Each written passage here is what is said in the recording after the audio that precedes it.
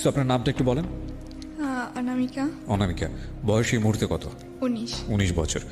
অনামিকা, সিক্রেটসের প্রথম female guest আপনি, এবং আপনার সম্পর্কে আমি যতটুকু জানি শুধু এতটুকু বলতে পারি যে আজকের এই গল্পটা বিশেষ করে যারা টিনেজার এবং যারা অনেক বেশি ইন্টারনেট অ্যাডিক্ট, আমি বলবো যারা অনেক বেশি ভার্চুয়াল জগৎকে বিলিভ করে, তাদের জন্য একটা অনেক বড় শিক্ষা হবে। তবে আমাদের অনুষ্ঠানের নিয়ম আছে, আমরা একেবারে কারণটাই বড় করে দেখাতে চাই। আমরা মনে করি প্রত্যেকটা অপরাধের পেছনে শক্তিশালী একটা কারণ থাকে যেটা অপরাধকে জন্ম দেয়।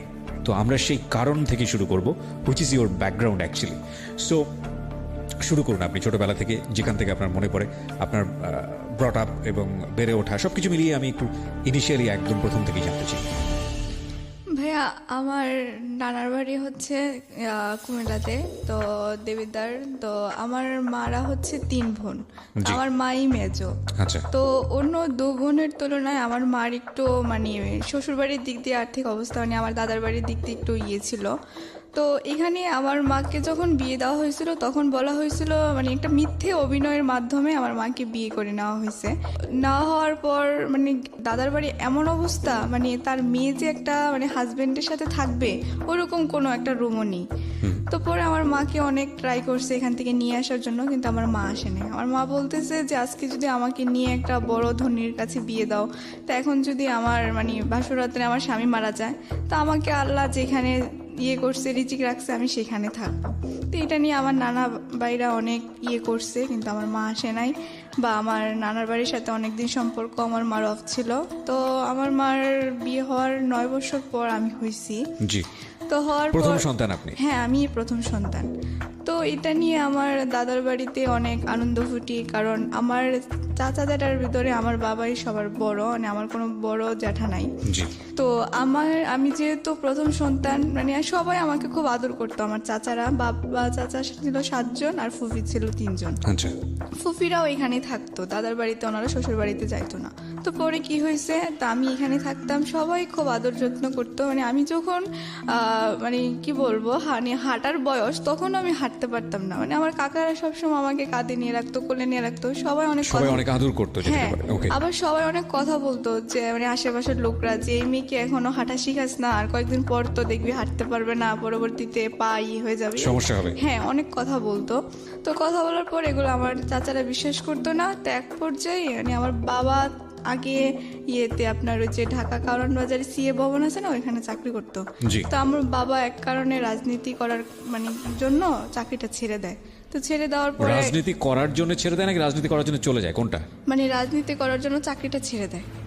বাবা নিজেই ছেড়ে দেয়? হ্যাঁ, নিজ ইচ্ছাকৃতভাবে। তো এখন দ্বিতীয় কথা হচ্ছে তার কারণে চাকরিটা ছেড়ে দেয়। তো এটা নিয়ে আমার নানার বাড়িতে অনেক কিছু মানে হয় আর কি, মানে কথাবার্তা যে এখন সংসার চলবে কি দিয়ে। তো এটা নিয়ে আমার মার সাথে একটু দ্বন্দ্ব হওয়াতে তো আমি আমার বেশিরভাগ নানার বাড়িতে থাকতাম। তো কি করতো, আমার মার কাছ থেকে মানে আমার মা যখন আমাকে নিয়ে চলে যায়, তখন আমার মা থেকে আমার বাবা গিয়ে একদিন আমাকে নিয়ে আসে। এক পর্যায়ে মানে আমার মার একটা চাকরি হয়, চাকরি হওয়ার পরে আমার মা খুব বিজি হয়ে যায়। বিজি হওয়ার পর আমি যে তার একটা সন্তান, সে যে মানে একটা কোনো দায়িত্ব বা মানে আমার পিছনে যে তার একটা সময় দেওয়া, সেটা দিতে পারতেছে না। এক পর্যায়ে একা হয়ে যায়। মানে আমার নানু বাড়িতে যতদিন থাকি এতদিন ভালো লাগে, কিন্তু এখানে আসলে আমার আর ভালো লাগে না। তো ভাইয়া তারপর আস্তে আস্তে স্কুলে ভর্তি হই। আমি ভর্তি হওয়ার পর মানে যখন দেখতাম যে সব বাচ্চারা মায়েরাই ওদেরকে নিয়ে স্কুলে যেত বা নিয়ে বসে থাকতো বা অনেক কথা বলতো। আজকে বলতো যে জানিস আমার মা আজকে আমাকে টিফিনে এটা দিয়েছে ওটা দিয়েছে, কিন্তু ভাইয়া মানে আমি কখনো বলতে পারতাম না যে আমার মা আমাকে আজকে এটা বানিয়ে দিয়েছে বা আমার মা আজকে এটা করেছে বা আমি মার সাথে এটা বলছি, মানে এগুলো বলতে পারতাম না। ওকে। পরে এক পর্যায়ে আমার মা আমাদের এলাকাতে নির্বাচনে মানে এলাকাতে মহিলা মেম্বার হিসাবে মানে রাজনীতি করে। তো আমার মা বিপুল ভোটে জয়ী হয়। তারপরেও আমার মা মানে খুবই এলাকাতে নামডাক, আমার বাবারও খুবই। তো আস্তে আস্তে আমার মার চাকরির নেশাটা আরও বেড়ে যায়। তো নানার বাড়িতে থাকলাম, আস্তে আস্তে থাকতেছি। মামারাও খুব আদর যত্ন করতো, চাহিদা কোনোটাই কম রাখতো না। পরবর্তীতে মামার আস্তে আস্তে বিয়ে করে। আচ্ছা, বিয়ে করার পর ভাইয়া মানে মামার আগে যেমন ছিল তার থেকে একটু চেঞ্জ হয়ে গেছে, এটা স্বাভাবিক হয়ে যাবে, কিন্তু মানে আস্তে আস্তে এমন হয়ে যাচ্ছে মনে হচ্ছে যেন আমি তাদের বাসার কোনো একটা কাজের মেয়ে আর তারা হচ্ছে জমিদার, মানে এরকম হয়ে যাচ্ছে। মানে আমার মামি ধরেন সকালবেলা মানে যেই মামারা কখনো মাটিতে রাখতো না, হ্যাঁ। সেই মামারা এখন সিচুয়েশনালি সেই ভাগ্নিকে কাজের মেয়ে বানিয়ে ফেলেছে। হ্যাঁ হ্যাঁ, ওকে, মানে সকালবেলা ঘুম থেকে ওঠার পর আমি যখন স্কুলে যেতাম তখন আমার মামা নিয়ে আমাকে বলতো যে তুমি স্কুলে যাওয়ার আগে আমাকে চা দিয়ে যাবা। তখন বড়জন বিয়ে করছে, তা আমি কি করতাম, কিছু বলতাম না, আমি চা দিয়ে যেতাম, বা উনি বলতো আমার কাপড়গুলো ধুয়ে দাও, ধুয়ে দিতাম, মানে মানে ও যা বলতো আমি তাই করতাম। কারণ আমি এখন কি বলবো, কারণ আমার নানা একজন খুবই অসুস্থ হয়ে পড়ছে বাসায়, তো অসুস্থ হওয়ার পর এখন তো নানার কথা তো আর কিছু শুনবে না, মামাদের হাতে এই সংসার। তো যাক, ভালোই আমি ওনাদের কথা মতো চলতাম। মাঝে সাঝে এমন কিছু ব্যবহার করতো মানে যা আর সহ্য করার মতো না। তো আমি মাঝে সাঝে নীরবে, মানে আমার একটা ছোটবেলা থেকে মানে ইয়ে ছিল যে মানে আমি কখনো প্রকাশ্যে কারোর কাছে কান্না করতাম না, মানে সবসময় গোপনে কান্না করতাম। তো শুয়ে শুয়ে যখন কান্না করতাম বা মানে মাঝে সাঝে মা আসলে প্রশ্ন করতাম যে আমি তোমার সাথে থাকবো বা তোমার সাথে যাব, কিন্তু আমাকে কখনো মানে নিয়ে যেত না বা বলতো না যে মানে আমি আমার জন্মের, আমার মনে আছে যে 8 বছর পর আমি আমার নিজ এলাকাতে যাই, আর আমি যখন আমার মায়ের সাথে কোথাও যাই তখন সবাই প্রশ্ন করে যেটা কে, তখন আমার মা আনসার দেয় যে এটা আমার বোনের মেয়ে। হোয়াট? আমার মা মানে আমার এলাকাতে জানে না যে আমার মায়ের একটা মেয়ে আছে। তো বোনের মেয়ে বলতে হবে কেন? মানে তার মেয়ে বললে সবাই প্রশ্ন করে যে আপনার এত বড় মেয়ে, আমরা তো আগে জানলাম না, কি ম্যাডাম আপনার এত বড় মেয়ে আছে, কই আপনি তো আগে বলেন নাই। এটা মানে কি আমার মায়ের সাথে আপনার সঙ্গেই ঘটতো? র্যান্ডমলি আপনার সামনেই এটা ঘটতো? হ্যাঁ, আমার সামনেই। পরে আমার মা মানে ওনার সাথে দাঁড়ালে মানে বোঝা যায় না যে আমার মায়ের বয়সটা তেমন একটা বোঝা যায় না। তো এখন যদি আমি দাঁড়াই যে এত বড় মেয়ে আছে, তারপরেও তো তেমন কেমন না, তার জন্য আমার মা এখনো পর্যন্ত আমি যদি কোথাও যাই আমার মা প্রকাশ করে যেটা আমার বোনের মেয়ে, বা আমাকে কোথাও নিয়ে যেতে চায় না। খুবই খুবই দুঃখজনক। আমি জানি না যে এটা আসলে কোন ধরনের মানসিকতার পরিচয়, বাট এটা খুব দুঃখজনক। এটা নাথিং টু সে, কারণ মাকে জাজ করার কোনো রাইটসই আমার নাই, বাট সন্তানের জায়গা থেকে শুধু বলতে পারি আমার মা যদি এটা করতো তাহলে আমি কোনোভাবেই মেনে নিতে পারতাম না। সো সেই জায়গা থেকে বলবো যেটা খুবই দুঃখজনক। ওকে, বলুন তারপর। তো এক পর্যায়ে কি করছে, আমার 5-এর পিএসসি পরীক্ষা হয়, তা আমি মাকে বলি যে মা আমার তো একজন টিচার দরকার, বাট সামনে একটা পিএসসি পরীক্ষা বা একটা গাইডলাইনের দরকার, তো তুমি একটু আমাকে যদি একটু নজর দিতে তাহলে মনে হয় আমার একটু ভালো হতো। তখন আমার মার আনসারটা এই ছিল যে তোমার লেখাপড়া তুমি করবে, তাতে তো আমার কোনো কিছু নাই। তো আমি ওই দিন অনেক আমি বুঝিনি, মানে 9 বছর পরে আপনি আপনার মায়ের প্রথম সন্তান, তারপরেও আপনার সঙ্গে এই ধরনের আচরণের প্রশ্নটা কি? মানে কোনো রকম কি ক্ষোভ ছিল? এবং আমি যতদূর জানি যে আপনার মার কাছে বড় হওয়ার কথা, কিন্তু সেটা আপনি বড় না হয়ে আপনি বড় হয়েছেন আপনার নানুর কাছে, জি, মানে আপনার মায়ের মার কাছে। মানে আমার মার হচ্ছে কি, মানে যখনই আমার মা সংসারে ছিল তখনই আমার মা ভালো ছিল, আমি দেখতাম, কিন্তু আমার মা যখনই বাহিরের জগতে চলে গেছে, মানে চাকরির জগতে বা পলিটিশিয়ান মানে জগতে চলে গেছে, তখনই আমার মা একটা আপনার অন্যরকম বাবা এবং মা কি একই দলের পলিটিক্স করতেন? জি একই করে, কিন্তু আমার বাবা মার ভিতরে ম্যাক্সিমামই দেখা যায় যে দুজনের মধ্যে খুব অশান্তি চলে। Okay. মানে তাদের ভিতরে স্বামী স্ত্রীর কোনো একটা যে ভালোবাসা ওইটা খুবই কম থাকে। এবং একটা সন্তানের জন্য কত বড় পীড়াদায়ক, একটা সন্তানের মানসিক বিকাশের জন্য এটা কতটা কষ্টকর, এটা যে সন্তান সেই খুব ভালো করে বলতে পারবে। একটা বাবা মার ঝগড়া বা বাবা মার মনোমালিন্য ওই সন্তানের উপর কতটা ভয়াবহ ইফেক্ট ফেলে আপনি চিন্তাও করতে পারবেন না। বলুন। তো মা বলে যে হ্যাঁ তোমার পড়া তুমি করে নাও। হ্যাঁ, তো এক পর্যায়ে দেখা গেছে আমার পিএসসি পরীক্ষা আসে, তখন আমি আমার মাকে বলি যে মা আমার তো ফাইনাল পরীক্ষা, আমাকে একটু সেন্টারে নিয়ে যাবা, বা আমার তো জাস্ট বেশি দিন না, কয়েকদিন পরীক্ষা, তুমি আবার চলে যাও। তো পরে আমার মা বলে কি তোমার পরীক্ষা দিতে যাও, মায়ের দোয়া আছে সবসময়, আমি খুব বিজি। মানে ভাইয়া এখনও যে আমি আমার মাকে ফোন দেই, আমি যে একজন মানে কি বলতাম ঢাকায় থাকি একটা মেয়ে, আমার মাকে সে তো আমার খোঁজ খবর রাখা দরকার। এবং আমি যত জানি যে আপনাকে অ্যাপ্রন পর আমি দেখতে পাচ্ছি, so you are going to be doctor soon. জি, আমি একজন মেডিকেল স্টুডেন্ট। সো আপনি ডাক্তার হতে যাচ্ছেন খুব শীঘ্রই। জি। এই অবস্থায়ও মা বলে না, যে আমার মা আমাকে 2-3 দিনে একবার ফোন, মানে আমি নিজে স্বেচ্ছায় দিলে মানে আমি ধরেন দিলে তারপর সে কথা বলে, এবং এমনও 2-3 দিন এমনও সপ্তাহ চলে যায় মানে তার সাথে আমি ভালোভাবে কথা বলতে পারি না। সে খুব বিজি মানুষ, মানে এটা কি আমি যে আপনাদের একটা আপনার ক্ষেত্রেই হয় নাকি আপনার যে বাকি যে ভাই বোনগুলো আছে তাদের ক্ষেত্রেও একই রকম? মানে ধরেন আমার ক্ষেত্রেও হয় বা আমার সব ভাই বোনদের ক্ষেত্রে, মানে আমার মায়ের কাছে সন্তান মানে কিছুই না। Very unlucky. যাই হোক, হ্যাঁ বলেন তারপর। তো তারপর সমাপনী পরীক্ষা মামাদের সাথে নিয়ে যেত মামারা বা দিতাম, তখন ভালো রেজাল্ট হয়, তখন আমি 5-এ বৃত্তি পাই, টানাপোলে বৃত্তি পাই। তো দেওয়ার পরে আমার 6 থেকে তো ধরেন পড়াশোনা, মানে আমাদের এলাকাতে এরকম ছিল যে মানে পড়ালেখা করলে মানে ধরেন যদি বৃত্তি পাইলে তার পড়ার খরচটা ফ্রি হয়ে যায়। জি। তো পরে জাস্ট শুধু পরীক্ষার ফিটা। তো আমি পড়াশোনা করতেছি, তো আমি যখন ক্লাস 7-এ পড়ি তখন আমার ফ্রেন্ডরা দেখতাম মানে অনেকে ফোন ইউজ করতো। তো ফোন ইউজ করার ক্ষেত্রে তখন কি করতো, তা আমি বলতাম যে কি ক্লাস 7-এ পড়োস, মোবাইল ইউজ করোস কেন, মানে এটা কি। তখন ওদেরকে দেখতাম, বা অনেকে ফেসবুকও ইউজ করতো বা নতুন নতুন। তখন আমি বলতাম যে এটা কি, মানে এটা তো কি জিনিস, এটা আমি তো বুঝতাম না। তারপরে ওরা আমার বলতো যে এটা ফেসবুক, এটার মাধ্যমে এরকম চ্যাটিং করে বা এরকমই সেই। পরে ওরা আমাকে বুঝাতো, তো আমি এগুলা তো ইয়ে করতাম না। তো পরবর্তী আমার ছোটবেলা থেকে একটা ইয়ে ছিল যে আমি বই পড়তে খুব ভালোবাসতাম। তো আমি একটু সময় পাইলে ধরেন আমাদের লাইব্রেরি ছিল, তখন ওইখানে গিয়ে আমি মানে একটু বেশিরভাগ রবীন্দ্রনাথের বই পড়তে খুব ভালোবাসতাম। ওকে। তো পরে এক পর্যায়ে দেখা গেছে আমার একদিন ফ্রেন্ড সার্কেলরা মিলে আমাকে বলতেছে যে তুই তো আমাদের সাথে এমনই কোনো রোমান্টিকতা না। তাই বলতেছি কেন? পরে বলতেছে যে না, তুই কেমন যেন একটা মুডি টাইপের, আমাদের সাথে মিশোস না, এই না সেই না, অনেক কিছু বলে আমাকে অনেক রাগায়। তো আমি তেমন একটা কিছু করি না। তো আমার একটা বেস্ট ফ্রেন্ড ছিল, তো ও আমাকে বলতেছে যে আমার তো আজকে বার্থডে, তুই কি আজকে সন্ধ্যায় আমাদের বাসায় আসবি? তাই আমি বলতেছি দেখ আমার নানা তো কষ্ট করে আসছে, হাজি মানুষ, আমাকে তেমন একটা সন্ধ্যার পর বাইরে থাকতে দেয় না। তো বলতেছে আচ্ছা ঠিক আছে, তুই দেখ ম্যানেজ করে, আমি তোর নানুকে বলবো। ও আমার নানুকে অনেক রিকোয়েস্ট করে। তো করার পর আমি তো জানতাম না যে ও মানে ওইখান থেকে আসতে আসতে একটু সন্ধ্যা হয়ে গেছিল ওই দিন, আমি জানতাম না যে তো রাত হবে। তো পরে কি করছে, ও মানে ওদের বাসায় যখন আমি যাই, ও সব ফ্রেন্ডেরাই ছিল, তো সবাই আস্তে আস্তে চলে যাচ্ছে, ও আমাকে শুধু ধরে রাখতেছে। ওকে। তো আমি বলতেছি কি রে, সবাই চলে যাচ্ছে, তুই আমাকে বলতেছিস তোর সাথে আমার মানে বান্ধবী একটু কথা আছে ইম্পর্টেন্ট। তো বলতেছি কি কথা? ফ্রেন্ডটা কি ছেলে ছিল না মেয়ে ছিল? মেয়ে ছিল। মেয়ে ফ্রেন্ড, ওকে। পরে কি করছে, ও ইচ্ছাকৃত ভাবে মানে হঠাৎ করে, মানে আমি এখন বুঝতেছি কি তখন বুঝি নাই, ও কতখানি কেক ভাইয়া মানে আমার গালে এবং আমার জামাতে মানে একটু লাগিয়ে দেয়। কি জিনিস এটা? কেক কেক কেক, ওকে। হ্যাঁ। আচ্ছা।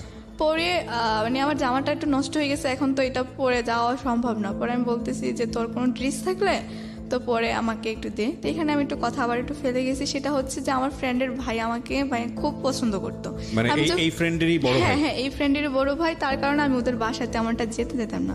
পরে আবার ও কি করছে, মানে ওর ভাইটা প্রতিদিন আমার স্কুলের সামনে দাঁড়ায় থাকতো, আমি যখন যাইতাম তখন ও আমার সামনে প্রতিদিন একটা ফুল, চিঠি, বাইটা সেটা নিয়ে এটা কি আপনার ওই ফ্রেন্ডটা জানতো?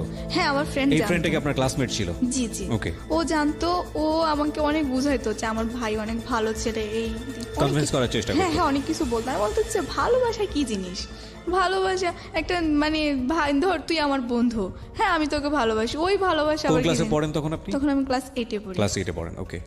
পরবর্তীতে কি হয়েছে, এখন ও আর বলতেছে কি আমার জামাটা তুই চেঞ্জ করে নে। তা আমি বলছে আচ্ছা ঠিক আছে। তো পরে আমি একটা রুমে গিয়ে জামাটা চেঞ্জ করতেছি, কিন্তু আমি জানতাম না যে ওই রুমে ওই মেয়েটার ভাই মানে মোবাইল দিয়ে ছবি ওঠানোর কোনো ব্যবস্থা রাখছে। পরে আমি যখন গেছি, যাওয়ার পর ও আমার মানে আমি যখন ড্রেস চেঞ্জ করতেছি, ও আমার অনেকগুলো ছবি মানে বাজে বাজে কীভাবে যেন উঠায়। পরবর্তীতে আমি জানি না, ও একদিন আমাকে বলতেছে যে আমার ভাই তোর সাথে একটু কথা বলবে ফোনে।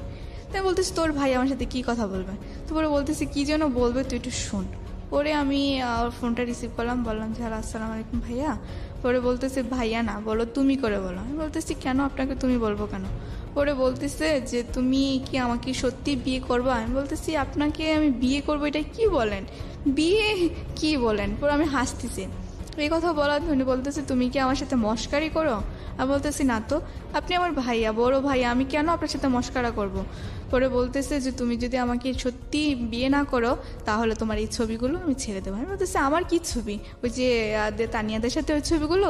পরে বলতেছে না। পরে উনি বলতেছে তুমি আমার সাথে আজকে গেটের সামনে দাঁড়াও, তোমার ছবিগুলো একটু তুমি নিজে দেখে যেও যে তোমার কি ছবি। পরবর্তীতে আমি স্কুল থেকে যাওয়ার পথে গেটের সামনে দাঁড়ানোর পর ওই দিন আবার কি করছে, উনি যখন আমাকে মোবাইলের ছবিগুলো দেখাচ্ছিল তখন ওনার এক ফ্রেন্ড আমার মামাকে দেখাইছিল যে আপনার ভাগ্নি দেখেন স্কুল থেকে যাওয়ার পথে ওই দেখেন ছেলের সাথে কি যেন কথা বলতেছে। মানে আমি যে দাঁড়ায় ছবিগুলো দেখতেছি এমন সময় হঠাৎ করে করে ফেলছে, মামাকে পর্যন্ত দেখাইছে। পরবর্তীতে উনি আমাকে এই ছবিগুলো দেখায় বলছে যে তুমি যদি আমাকে না বিয়ে করো তাহলে এগুলো আমি ইন্টারনেটে ছেড়ে দেবো এবং তোমার ফ্যামিলির যত মান সম্মান আছে সব আমি নষ্ট করে দেবো। পরবর্তীতে আমি এগুলা মানে কাউকে বলতেও পারতেছি না, সহ্য করতে পারতেছি না। তখন মানে আমি কি করব আমি নিজেও বুঝতেছি না, কারণ বিয়ে কী জিনিস ওইটাই আমি ভালোভাবে বুঝি না, আর আমি বিয়ে করবোটা কি। পরবর্তীতে আমি আমার মানে কাকে বলবো, পরে নানুকে বলছি, ভাই আমার নানু হচ্ছে কি মানে শিক্ষিত না, একটু মানে টাইপের, মানে তেমন একটা বুঝে না, তো ইন্টারনেট কি বা মোবাইল সম্বন্ধে তার কোনো ধারণা নেই। ওকে। পরবর্তীতে কি বলছে যে তুই তোর মাকে বুঝা, কারণ তোর মা তো আবার একটু মানে সব জানে টানে, তোর মাকে বল। পরে আমি আমার মাকে বলছি, পরে বলার পরে আমার মা কি করছে, ওই দিন আমার নানার বাড়িতে আসছে, ভাইয়া এসে আমাকে এমন মায়ের মারছে, মানে আমি তখনই সেন্সলেস হয়ে গেছি। আমার মামাও আমাকে মারছে, আমার মাও আমাকে মারছে, মানে আমার নানুও আমাকে অনেক কথা শোনাইছে, সবাই আমাকে খুব মারছে। মানে আমি এমন মানে কী বলবো, আমার তখন সেন্স নিল না মানে মায়ের খেতে খেতে। পরবর্তীতে আমি হঠাৎ করে দেখি যে আমি একটা রুমে মানে শুয়ে আছি, আমাদের একটা রুম আছে কি মানে ওটা একদম মানে দিয়ে মানে ধরেন আপনার পুরাতন জিনিসপত্র রাখা হয় আর কি। আমার মা আমাকে ওই রুমে ফালাই রাখছে, মানে দরজার নক করে, যাতে আমি আর ওই রুম থেকে বের না হতে পারি। ভাই আমাকে একটানা 2 দিন কোনো কিছু খেতে দেওয়া হয়নি এই ঘটনার প্রেক্ষাপটে। হ্যাঁ। পরে আমার মা আমাকে মানে পরে রুমে আসছে, এসে বলতেছে যে তুই কি মরবি না আমি তোকে বিষ এনে খাওয়াবো। বিরতি নেবার সময় হয়েছে এখানে একবার, খুবই দুর্ধর্ষ একটি সময়। আমরা ফিরে এসে জানাবো কি হয়েছে, এবং অনামিকা আজকে এখানে তার জীবনের সিক্রেটসগুলো রিভিল করছে প্রিয় শ্রোতা। ফর দ্য ফার্স্ট টাইম কোনো একজন ফিমেল গেস্ট আমাদের সিক্রেটসে, একজন মেল গেস্ট অপোজ হয়েছে। একটু আগে শুরুতে আমরা সেখানেই ছিলাম, এবং আজকের এই কনফেসটি কোথায় নিয়ে যায় সেটাই দেখার বিষয়। ছোট্ট একটা বিরতি নিচ্ছি। অনামিকাকে দেখতে চাইলে চলে আসুন আমাদের ইউটিউব চ্যানেলে। আমাদের ইউটিউব চ্যানেলটি হচ্ছে www.youtube.com/dfm904। আরও একবার বলছি, youtube.com/dfm904। প্লিজ সাবস্ক্রাইব বাটনে ক্লিক করে আমাদের চ্যানেলটি সাবস্ক্রাইব করবেন। Short break. Secrets. Something beyond entertainment.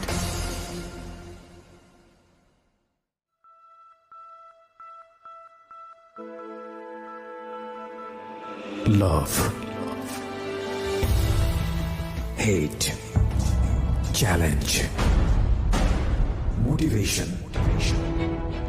Lies. Truth.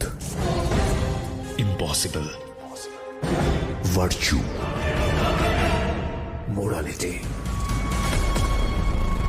Something beyond entertainment. Welcome to my stage of reality. Stay tuned. Sunday and Wednesday with me RJ Kibriya, only on Dhaka FM 90.4.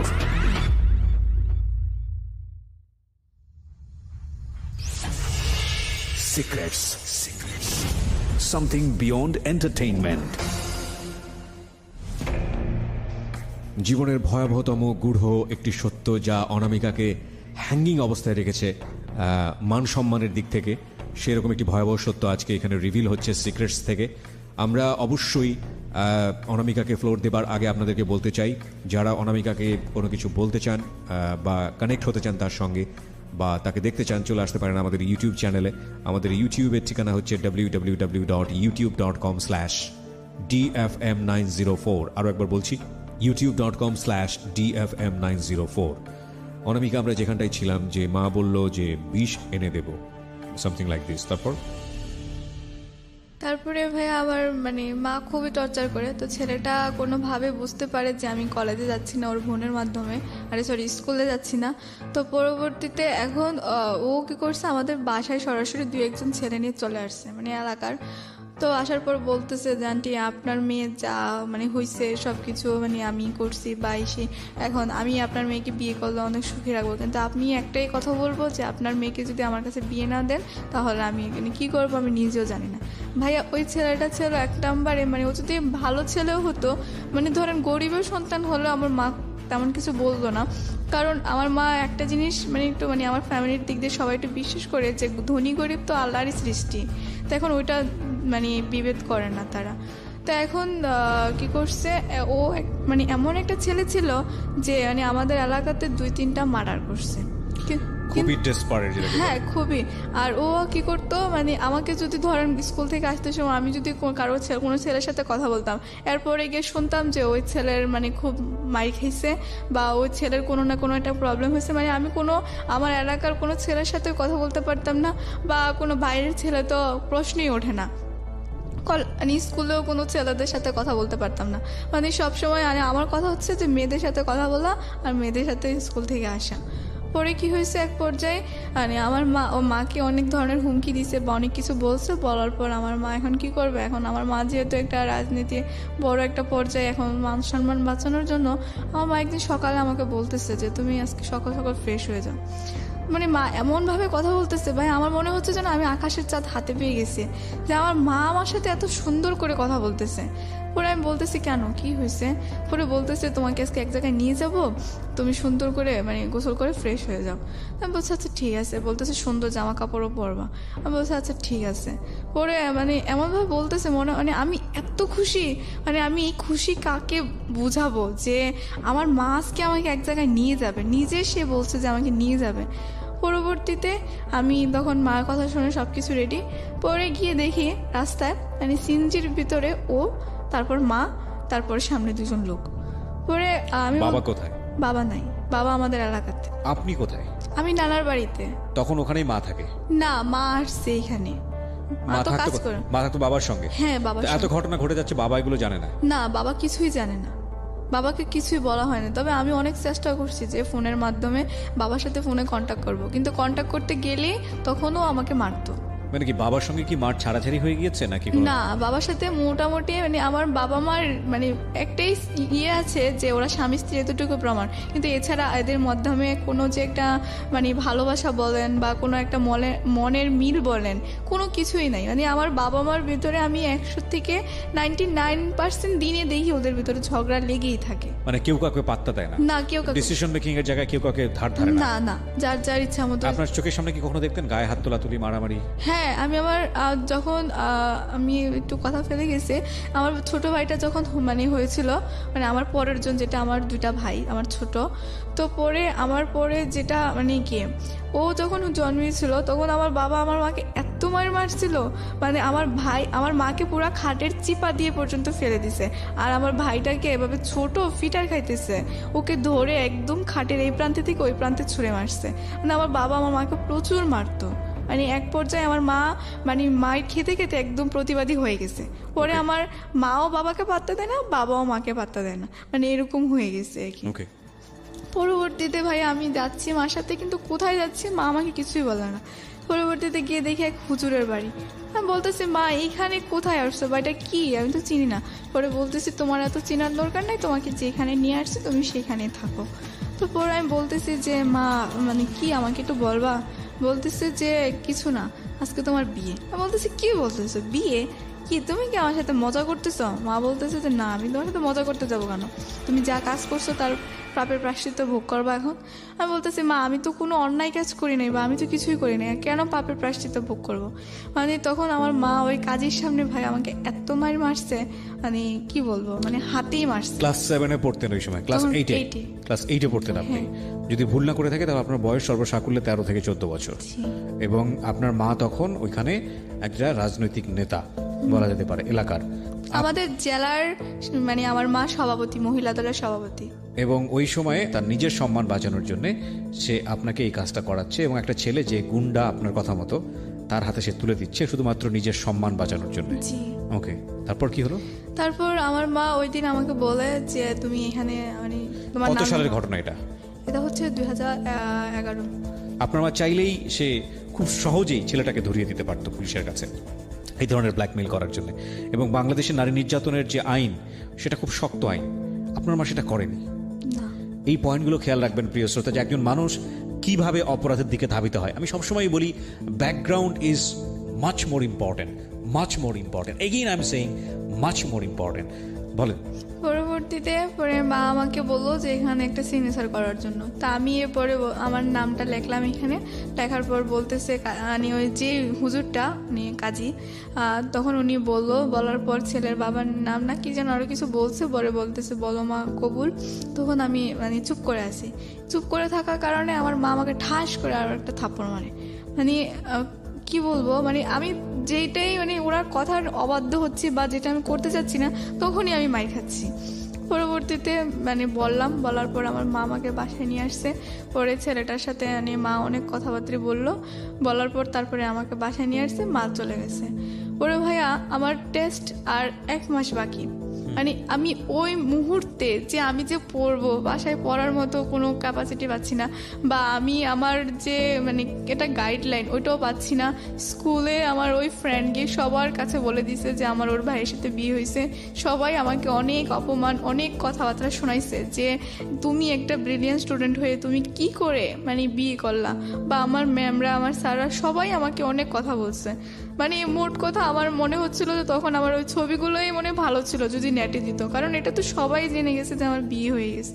বলতেছে যে বিয়েটা কি তুমি এত তাড়াতাড়ি করে ফেললা, আর মানে তুমি একটু এসএসসি পাস করতা। সবাই স্যাররা আমাকে এই কথা বলতেছে।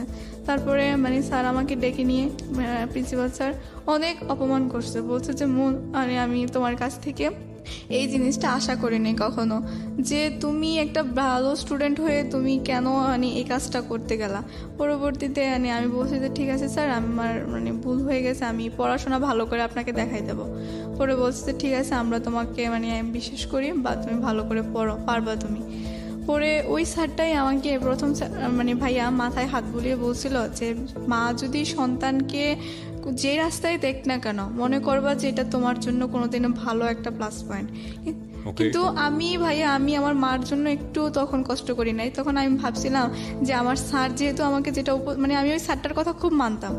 পরে আমি ওনার কথা বিশ্বাস করে আমি আবারও পড়াশোনা মন দিই। কিন্তু আমি পড়াশোনায় মন দিয়ে কী করবো, সে আমাকে প্রতিনিয়ত কন্টিনিউ চাপ দিচ্ছে যে সে আমার বাসায় আসবে, বা তার সাথে আমি এখানে দেখা করতে, ওইখানে দেখা করতে, বা তার সাথে আমি একটা শারীরিক সম্পর্ক করার জন্য। সে আমাকে বলতেছে আমি তো তোমার হাজব্যান্ড, এখন আমার সাথে মানে তোমার প্রতি আমার কিছু অধিকার আছে। তো পরবর্তীতে এখন তারপরে সে আমাকে মানে সে তোমার কাছ থেকে স্বামীর অধিকার চাচ্ছে। জি। ওকে। এখন আমি যখন তাকে দিচ্ছি না দেওয়াতে সে এখন মানে কি আমার মাকে ফোন করে অনেক গালাগালি করছে, বা বলতেছে যে সে আমার নানার বাসায় যাবে, বা এরকম হুমকি দিচ্ছে আমাকে। পরবর্তীতে কারণ এটা তো কেউ জানতো না। এই বিয়ের সময় কি তার এই ছেলের বাবা মা কি প্রেজেন্ট ছিল? ওর বাবা মা কেউ নেই, সৎমা একটা আছে বাসায়, আর 2টা ভাই আছে আর একটা বোন আছে। পরবর্তীতে কি হয়েছে, সাক্ষী হিসাবে ছিল ওর মামা, আর আমার সাক্ষী হিসাবে ওর একটা কেমন একটা আত্মীয় জানে, ওরা ম্যানেজ করছে। কিন্তু আমি শুধু আমার মা উপস্থিত ছিল, মানে আমার গার্ডিয়ান হিসাবে আর কেউ জানতো না আমাদের এই বিষয়টা। পরবর্তীতে যদি জানে তাহলে আজকে রেডিওর মাধ্যমে আমার ফ্যামিলি মেম্বার যারা শুনবে তারা হয়তো জানবে যে আমার এর আগে এর সাথে আমার মা আমাকে বিয়ে দিয়েছিল। ওকে। পরবর্তীতে এটা নিয়ে অনেক হচ্ছে, মানে কি আমি তার প্রতি কোনো নাই নিয়ে। তো পরে কী করছে, ও নাকি মানে আমার ফ্রেন্ডের মাধ্যমে আমি পরে জানতে পারি যে ও নাকি কোন একটা মানে কবিরাজের কাছে মানে প্রতি সময় যাইতো। তা আমি এসব বিশ্বাস করতাম না, দৌড়ো এসব কি, আল্লাহ ছাড়া কি কেউ কিছু করতে পারে? আল্লাহ যাকে যেরকম রিজিকে রেখে রাখছে ওটাই করবে, বা আল্লাহর উপর দিয়ে কেউ কিছু করে রাখতে পারে না।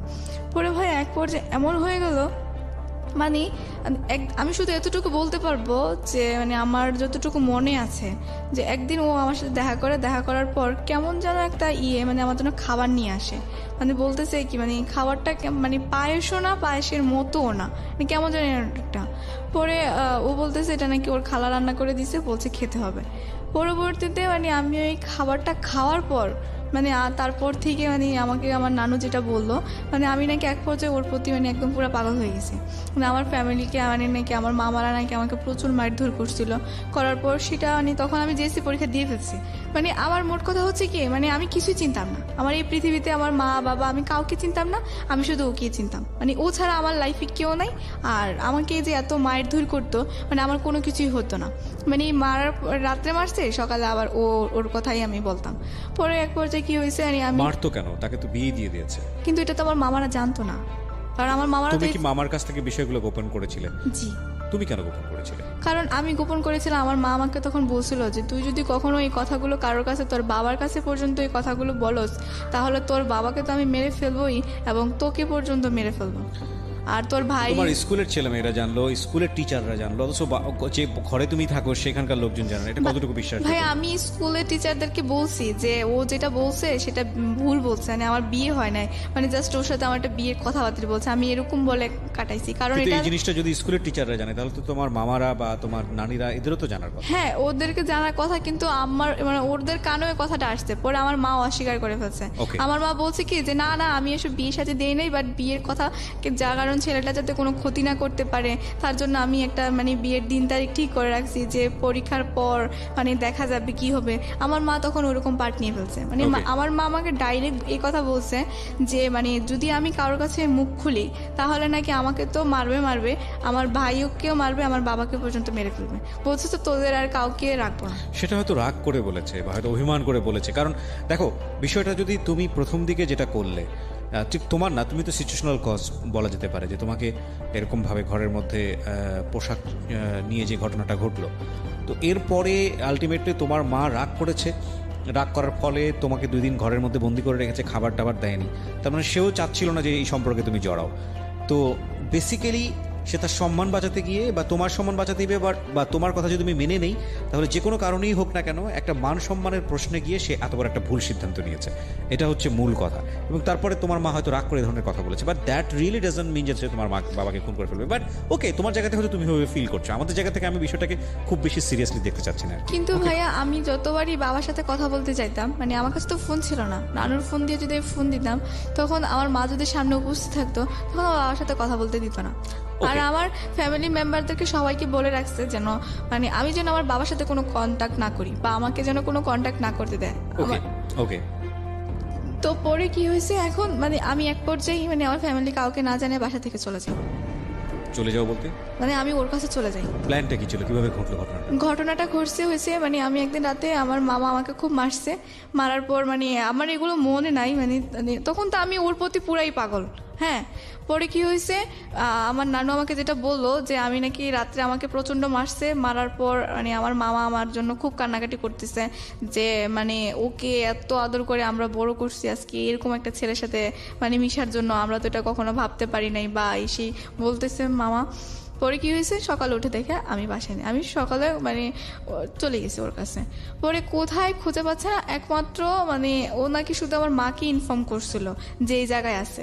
পরে ইনফর্ম করার পর মানে আমার তো নাই, পরে আমার মা বলছে কি যে আমি নাকি আমার ফুপ্পির বাসায় আছি। তো পরে আর আমার মামারা কিছু বলে নাই। প্রায় 1 মাস পর আমি তখন আবার আমার নানুর বাসায় আসি, কারণ আমার রেজাল্ট। 1 মাস তুমি কোথায় ছিলে? 1 মাস ওর সাথেই ছিলাম। 1 মাসের সংসার জীবন কি ছিল? 1 মাসের সংসার জীবন কি ছিল ভাইয়া, হঠাৎ করে একদিন মানে আমার না কেমন যেন লাগতেছিল, মানে আমার মানে ওইটার নেশাটা মনে হয় যখন আস্তে আস্তে কেটে যাচ্ছিল, ও আমাকে প্রচণ্ড মারতো। মানে আমি যখন আস্তে আস্তে মানে বুঝতেছি বা আমি জিনিসটি ফিল করতেছি, তখন আমি যখন ওর দিকে একটু দূরে দূরে চলে যাচ্ছি, তখন আমার মানে ও আমাকে প্রচণ্ড মারতো। মানে এক পর্যায়ে ও ড্রিঙ্কস করতো, এটা তো আমি আগে থেকেই জানতাম যে ও ড্রিঙ্কস করতো। ও কি করতো তখন? কিছুই করতো না। ও কি করতো ভাইয়া, ও পড়াশোনা করছে ক্লাস 8 পর্যন্ত, তারপর আর রাজনীতি করে, এই মানুষ খুন করে বা এইটা সেটা করে, মানে এই জন্য এটা বলে আপনি যদি ওকে বলেন যে তুমি আমার এই কাজটা করে দিবা, বা আমার মেয়ে চলে গেছে ওকে নিয়ে আসবা, এনে ওই ছেলেটাকে মারবা, তোমাকে এত টাকা দেবো, ও এই কাজটা করবে। মানে এরকম আমাদের এলাকাতে অনেক ঘটনা, মানে ওকে একবারই চিনি আমার নানাদের এলাকাতে, এক নামে চিনতো। হ্যাঁ। তো পরে কি হয়েছে, এখন ও এরকমই কাজ করতো আর প্রচণ্ড যে টাকা ইনকাম করতো সংসারে তো দিত নাই, উল্টা নিজে ড্রিঙ্কস করে এরকম করতো। আপনি হয়তো আমার দেখতে পারবেন যে আমার কপালে একটা কাটা দাগ আছে। মানে ও কি করছে, আমাকে একদিন এমন মারছে, মারার পর আমাকে ঠাস করে ধাক্কা দিয়ে মানে ওয়ার্ড্রোফ ছিল, এই ওয়ার্ড্রোফের উপরে ফালা দেয়, পরে আমার কপালটা কেটে গেছে। মানে আমি কান্না করতেছি, মানে আমার কপাল দিয়ে প্রচণ্ড রক্ত বের হচ্ছে, কিন্তু ও আমাকে একটু হসপিটালে নিয়ে যাচ্ছে না। পরে পাশে ওর খালা ছিল, ওই খালা আর খালু মিলে আমাকে হসপিটালে নিয়ে গিয়ে প্রায় 4টা সিঁড়ি লাগছে আমার কপালে। তারপরে ভাইয়া আমি এখন আমার মাকে বলছি, কিন্তু আমার মা তো কোনোভাবেই আর ইয়ে করবে না। মা বলতেছে তোমার ভাগ্যে যেটা আছে তুমি সেটাই করো। পরবর্তীতে ভাইয়া আমি কাকে কি বলবো? লেখাপড়া তখন বন্ধ? হ্যাঁ, লেখাপড়া তো তখন বন্ধ, কারণ ওই যে জেএসসি পরীক্ষা দিলাম, রেজাল্ট তো দিচ্ছে না তখন, মোট কথা। তারপরে কাউকে বলতে পারতেছি না। আমি আমার নানুকে যে বলবো, এখন নানু তো কিছুই করতে পারবে না, কারণ সংসার মামাদের হাতে, নানুর তো কোনো কিছুই করার নাই। মামাদের কারোর কাছে বলতে পারতেছি না, বাবার কাছেও বলতে পারতেছি না। পরে আমার এক ফুপ্পি ছিল, পরে আমি আমার ফুপির কাছে মানে অনেক কষ্টে আমি ওনার নাম্বারটা সংগ্রহ করি ফুপির। পরে ফুপির কাছে ফোন করে আমি সব কিছু বলি। পরে ফুপি সব কিছু জানতো, জানার পর মানে পরে বলছে কি যে ঠিক আছে, তুই তো এটা ভুল করে ফেলছিস, বাচ্চা মানুষ, তুই আমার কাছে আয়, আমি তোকে মানে সব কিছু বুঝাবো বা ইয়ে করবো। পরে আমি আমার মামাদের ওইখানে তো আর যাওয়া হয় না, মানে সবাই মামা বলছে যে মানে আম্মু ফোন করে মামাদেরকে বলছে যে আমি আমার মেয়েকে নিয়ে গেছি আর ওইখানে কোনো কিছু হবে না। পরবর্তী দিকে করছে আমার ফুপির বাসায় নিয়ে আসছে। পরে আসার পরে আমি ফুপি এরকম করে আমার মামাদের সবাইকে আবার বুঝাইছে যে দেখেন ও তো আমার বাসায় ছিল এসেই, এখন ওর মা হয়তো রাগ করে বলতেছে কারণ ওর একটা ঘটনা ঘটে গেছে, আবার ও রাগ করে আপনাদেরকে কিছু না বলে চলে গেছে। এগুলো নিয়ে অনেক কথাবার্তা হওয়ার পর ফুপি আবার বুঝায় আমাকে দিয়ে আসে। কিন্তু ভাইয়া দিয়ে আসার পর মানে কি হয়েছে যে মানে আমি যদি স্কুলে যেতাম তাহলে ও আবার স্কুলের গেটের সামনে দাঁড়ায় থাকতো। ওকে। পরে আমি যদি কারোর সাথে কথা বলতে চাইতাম কোনো ফ্রেন্ডদের সাথে, তাহলে বলতো এই ওর সাথে তোমার কিসের কথা, মানে ও আমার উপর একটা অধিকার খাটাতে চাইতো। মানে আমি কোনো ফ্রেন্ডদের সাথে কোনো মিশতেই পারতাম না বা কিছু করতেও পারতাম না। তো পরে আমি একদিন বলছি কি যে আমি তো আপনাকে চিনি না, আমি ডাইরেক্ট রাস্তায় বলে ফেলছি যে আমি তো আপনাকে চিনি না। এই কথা বলাতে ও রাস্তায় মানুষের সামনে ঠাস করে আমার একটা থাপ্পড় মারে। পরে থাপ্পড় মারাতে এটা আমার মামার মাইন্ডে লাগে। আমার মামা কি করছে, ওই যাচ্ছিল তখন দেখছে আমার মামা যে ও আমাকে থাপ্পড় মারছে। পরে মামা আমাকে বাসায় এসে জিজ্ঞেস করতেছে যে ওর সাথে কি তোমার কোনো সম্পর্ক আছে?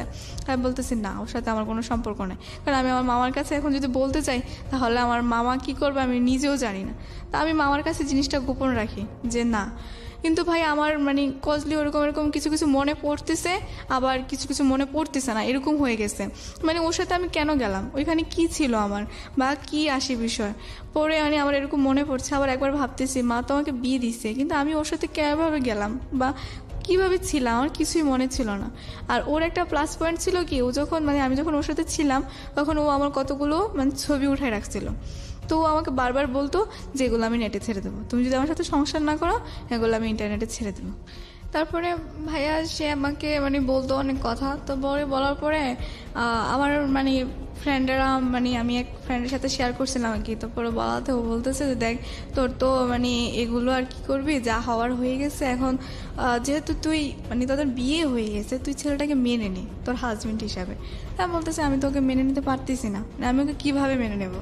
পরে ও বলতেছে ঠিক আছে তুই দেখ, ছেলেটা একটা মানুষ ছবিতে দেখোস না যে খারাপ কিভাবে মস্তান থাকে, নায়ক পরে নায়িকার প্রেমে পড়ে ভালো হয়ে যায়, দেখবি ও আস্তে আস্তে মানে তোকে যদি এতই ভালোবাসে আস্তে আস্তে ভালো হয়ে যাবে, একটু ভালোবাসা দিয়ে হয়ে যাবে। তো পরে আমি ওর কথা শুনে তাই আমি ভাবলাম যে হয়তো সত্যি এরকম হবে। তো হওয়ার পর মানে আমি ওর কথা রাজি হলাম। তো আমি ওকে বললাম যে ঠিক আছে তুমি যদি আমি তোমার সাথে সংসার করব সব কিছু করবো, কিন্তু আমার শর্ত হচ্ছে একটা যে তুমি স্মোক করতে পারবে না আর কোনো ধরনের অন্যায় কাজ করতে পারবে না, তুমি যদি কষ্ট করে রিক্সাও চালাও তাতে আমি খুশি। ওই সময়টাতে কি হচ্ছিল, মানে ফ্যামিলি মেম্বাররা কি জানতো যে তুমি ওর সঙ্গে সংসার করছো বা ওখান থেকে তুমি চলে এসছো এরকম কোনো কিছু? না না না, ফ্যামিলি মেম্বাররা মানে আমার মামারা কিন্তু জানতো না, মানে এখনো পর্যন্ত আমার মামারা জানে না।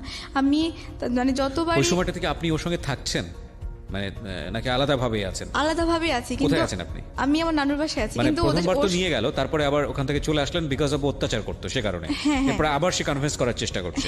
ওকে, ওই এক মাস থেকে আপনি যখন বাড়িতে ফিরলেন লোকজন আপনাকে জিজ্ঞেস করলো না যে আপনি কোথায় ছিলেন? মামা ওই যে আমার মা বললো যে আমার ফুপ্পির বাসায়, ফুপ্পি না আবার বললো যে ও আমার বাসায় ছিল। সামহাউ এটাকে মানে যে কোনো ভাবে ওকে ধামাচাপা দিয়েছে। হ্যাঁ হ্যাঁ, ধামাচাপা দিয়েছে। তারপরে যখন মানে ওর প্রতি মানে আমি একটা কেমন যেন একটু মানে দুর্বল হতে শুরু করলাম। তো তারপরে মানে আমি ওর জন্য বাসা থেকে চলে যাই। পরে চলে যাওয়ার পরে বাসা থেকে চলে যাওয়া বলতে মানে ওর সাথে চলে যাই। ওর এক কোথায় থাকতেন ওই সময়টা? নানুর বাসায় থাকতাম। নানুর বাসা ছাড়া তো না না আমার না, ওর সাথে কি কোথায় থাকতেন? ওর সাথে থাকতাম ওর কোনো কাজিনের বাসায় বা ওর কোনো ফ্রেন্ডের বাসায়, এরকম করে মানে থাকতাম। ও আমাকে বলতো যে হ্যাঁ ও বাসা করে নিবে বা এরকম করবে, এরকম করে বলতে বলতে মানে আমাকে নিয়ে যেত। বলতো যে কয়েকদিন আমার এই জনের বাসায় থাকো, তারপরে আস্তে আস্তে মানে আমরা একটা বাসা নিব, এই করবো সে করবো। তো ও এরকম করে আমাকে বলতো, পরে বলতো। তো তারপরে আমি গেলাম ওর এক কাজিনের বাসায় গেলাম প্রথমে। তো যাওয়াতে তারপরে মানে ওইখানে আছি কয়েকদিন, ভালো আছি। ও মানে আর আমার সামনে কোনো স্মোক করতে দেখতাম না বা ভালোই চলতেছিল। তো তারপরে আমি ভাবলাম যে হয়তো ও আস্তে আস্তে ভালো হয়ে যাচ্ছে। পরে ভালো হয়ে যাচ্ছে, একদিন মানে আমি দেখি কি ও মানে একটা মেয়ের সাথে কথা বলতেছে। আর একটি বিরতির সময়, বিরতির পর আবারও ফিরে আসবো। আর মনে রাখতে হবে সিক্রেটস অনুষ্ঠানটি আসলে তাদেরই জন্যে যারা জীবনে অপরাধ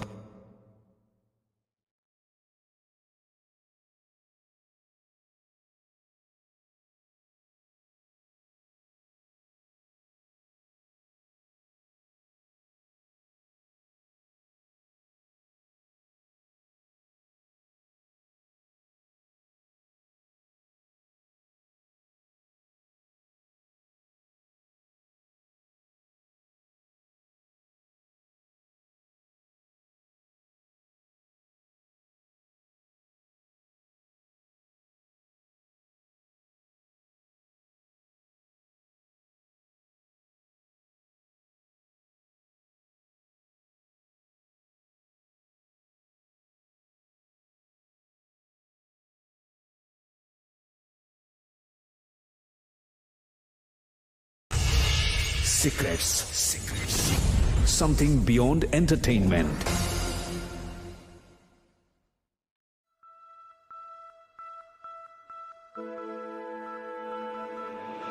Love.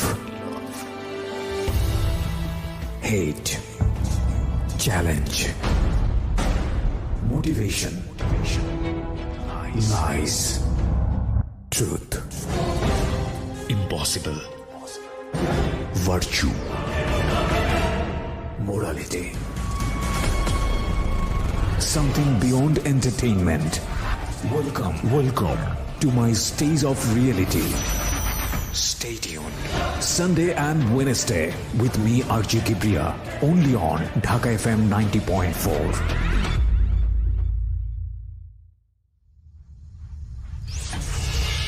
Secrets. Something beyond entertainment.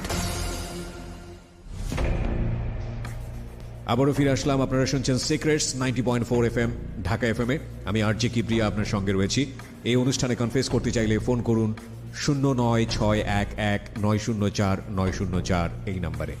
আর আমাদের এই অনুষ্ঠানটি ইউটিউবে আপলোডেড, আপনি চাইলে ওখান থেকে পুরো অনুষ্ঠানটি দেখতে পারেন। কে আজকের এই গেস্ট, সিক্রেটসের প্রথম ফিমেল গেস্ট, কি তার ঘটনার সমস্ত কিছুই আমাদের ইউটিউবে আপলোড করা আছে। আমাদের ইউটিউবের ঠিকানা হচ্ছে www.youtube.com/DFM904। আবারও বলছি youtube.com/DFM904। প্লিজ সাবস্ক্রাইব বাটনে ক্লিক করে চ্যানেলটি সাবস্ক্রাইব করবেন। এটা ধীরে ধীরে আপনাদেরই চ্যানেল হয়ে উঠবে। ওকে, কথা না বাড়িয়ে আবারও ফিরছি যেখানটায় ছিলাম অনামিকা। তারপর কি? তো পরে ওকে দেখতেছি যে একটা কার সাথে মেয়ে বয়েজের কথা বলতেছে। ওকে, তো পরবর্তীতে আমি ওর কাছে গিয়ে দাঁড়িয়েছিলাম। তো পরে মানে ওর কথাবার্তা বুঝলাম যে ওর বোনের সাথেও কথা বলতেছে, মানে যে আমার ফ্রেন্ড ছিল। পরে ভাইয়া দেখলাম যে ওর বোন ওকে উপদেশ দিয়ে দিচ্ছে, মানে আমার সাথে কোথায় যাবে বা কি করবে না করবে। আর ওদের কথাবার্তাগুলো আমি আড়াল থেকে শুনতে পাই। আর ওদের মূলত মানে প্ল্যানই হচ্ছে যে মানে আমাকে বিয়ে করলে তো ও মানে আমার মার যা সম্পত্তি আছে মানে যেটাই আছে ওইটা মানে ও পাবে। ওকে ওর বোন ওই বুদ্ধিটা দিচ্ছে। পরে ও বলতেছে যে ওর মা তো অনেক রাগী বা এরকম টাইপের, বা উনি কি দিবে বা এরকম রাজি হবে। পরে মানে ও আমাকে নিয়ে মানে আমার উপর যত টর্চার করলে যেন আমার মাকে বলে, পরে আমার মা তো আমার প্রতি দুর্বল হয়ে যাবে। তারপর মানে ও এরকম কিছু বলতেছে বা ওকে বিদেশ পাঠানোর জন্য, যাতে আমার মাকে বলে টাকা পয়সা কিছু দেওয়ার জন্য। ওকে, তো এরকম কিছু বলতেছে। পরে বলার পরে আমি এগুলো আড়াল থেকে শুনতে পাই। তো পরে আমি ওকে জিজ্ঞেস করলাম যে তুমি কি আসলে সত্যি আমাকে ভালোবাসো না আমার মায়ের টাকাকে ভালোবাসো? পরে ও বলতেছে কেন হঠাৎ এই প্রশ্ন? আমি বলতেছি না, সত্যি করে বলো, তোমার যদি টাকার প্রয়োজন লাগে তাহলে বলো, আর এরকম তো কোনো মানি হয় না। পরে ওই দিন ও আমাকে অনেক মারে, মানে ওদের বাসায়, ওর ওই কাজিনের বাসায় আমাকে অনেক মারে। ওকে, পরে মারার পর আমি কিছু বলি না, যেহেতু এবার আমি নিজের স্বেচ্ছায় চলে আসছি, এখন আর আমি কি বলবো, কাউকে বলার মতো তো কিছু নাই। জি। পরে আমি আবার আমার মাকে ফোন দিই। পরে ফোন দেওয়াতে আমার মা আমার সাথে অনেক একটু রাগারাগি করার পর এখন কি করবে, পরে ও বলতেছে যে আপনার মেয়েকে এসে আপনি নিয়ে যান, এরকম মেয়ে আমার মানে লাগবে না। পরে ও আমার মায়ের কাছে অনেক কথা বলে, পরে বলার পর এখন আমার মা কি করছে, আমাকে আবার মানে আমার মায়ের কাছে এবার মানে বলছে কি যে আমার মায়ের কাছে আমি গেছি। তো যাওয়ার পরে আমার মা আবার আমার মামাদেরকে মানে হাতে পায়ে রিকোয়েস্ট করে এবার লাস্ট বারের মতো আমাকে দিয়ে আসে। তো দিয়ে আসার পর তখন আমি মানে প্রায় টেস্ট দেব 10-এ। তো পরে কি হয়েছে, তো আমার টেস্ট পরীক্ষা গেল, তো যাওয়াতে টেস্ট পরীক্ষা তো তেমন একটা ভালো রেজাল্ট হলো না, কারণ আমি তো পড়িয়ে নাই মোট কথা টেস্টের আগে। তো তারপরে টেস্ট পরীক্ষা দিলাম, তো দেওয়ার পরে এখানে স্যাররা অনেক মানে খারাপ করছে যে আমি কেন রেজাল্ট খারাপ করলাম। তারপরে এরকম করাতে তারপরে আমি আবার মনোযোগ দিয়ে পড়াশোনা করি। তো ও কি করছে, এরকম টেস্টের পরে আমার যখন পরীক্ষা চলে আসছে, এসিতে পরীক্ষা, তখন ও আসছে, এসে আবার বলতেছে যে আমাকে এবারের মতো ক্ষমা করে দাও, বা স্কুলে অনেক কিছু আমার ফ্রেন্ডদের কাছে অনেক কথা বলে যে তোমার ফ্রেন্ডকে বলো, যে মানে যে ফ্রেন্ডটা সব কিছু জানতো আমি আবার ওকে বলে দিচ্ছিলাম যে জানো আমি ও সুমার কাছে সব কিছু বলছি এই।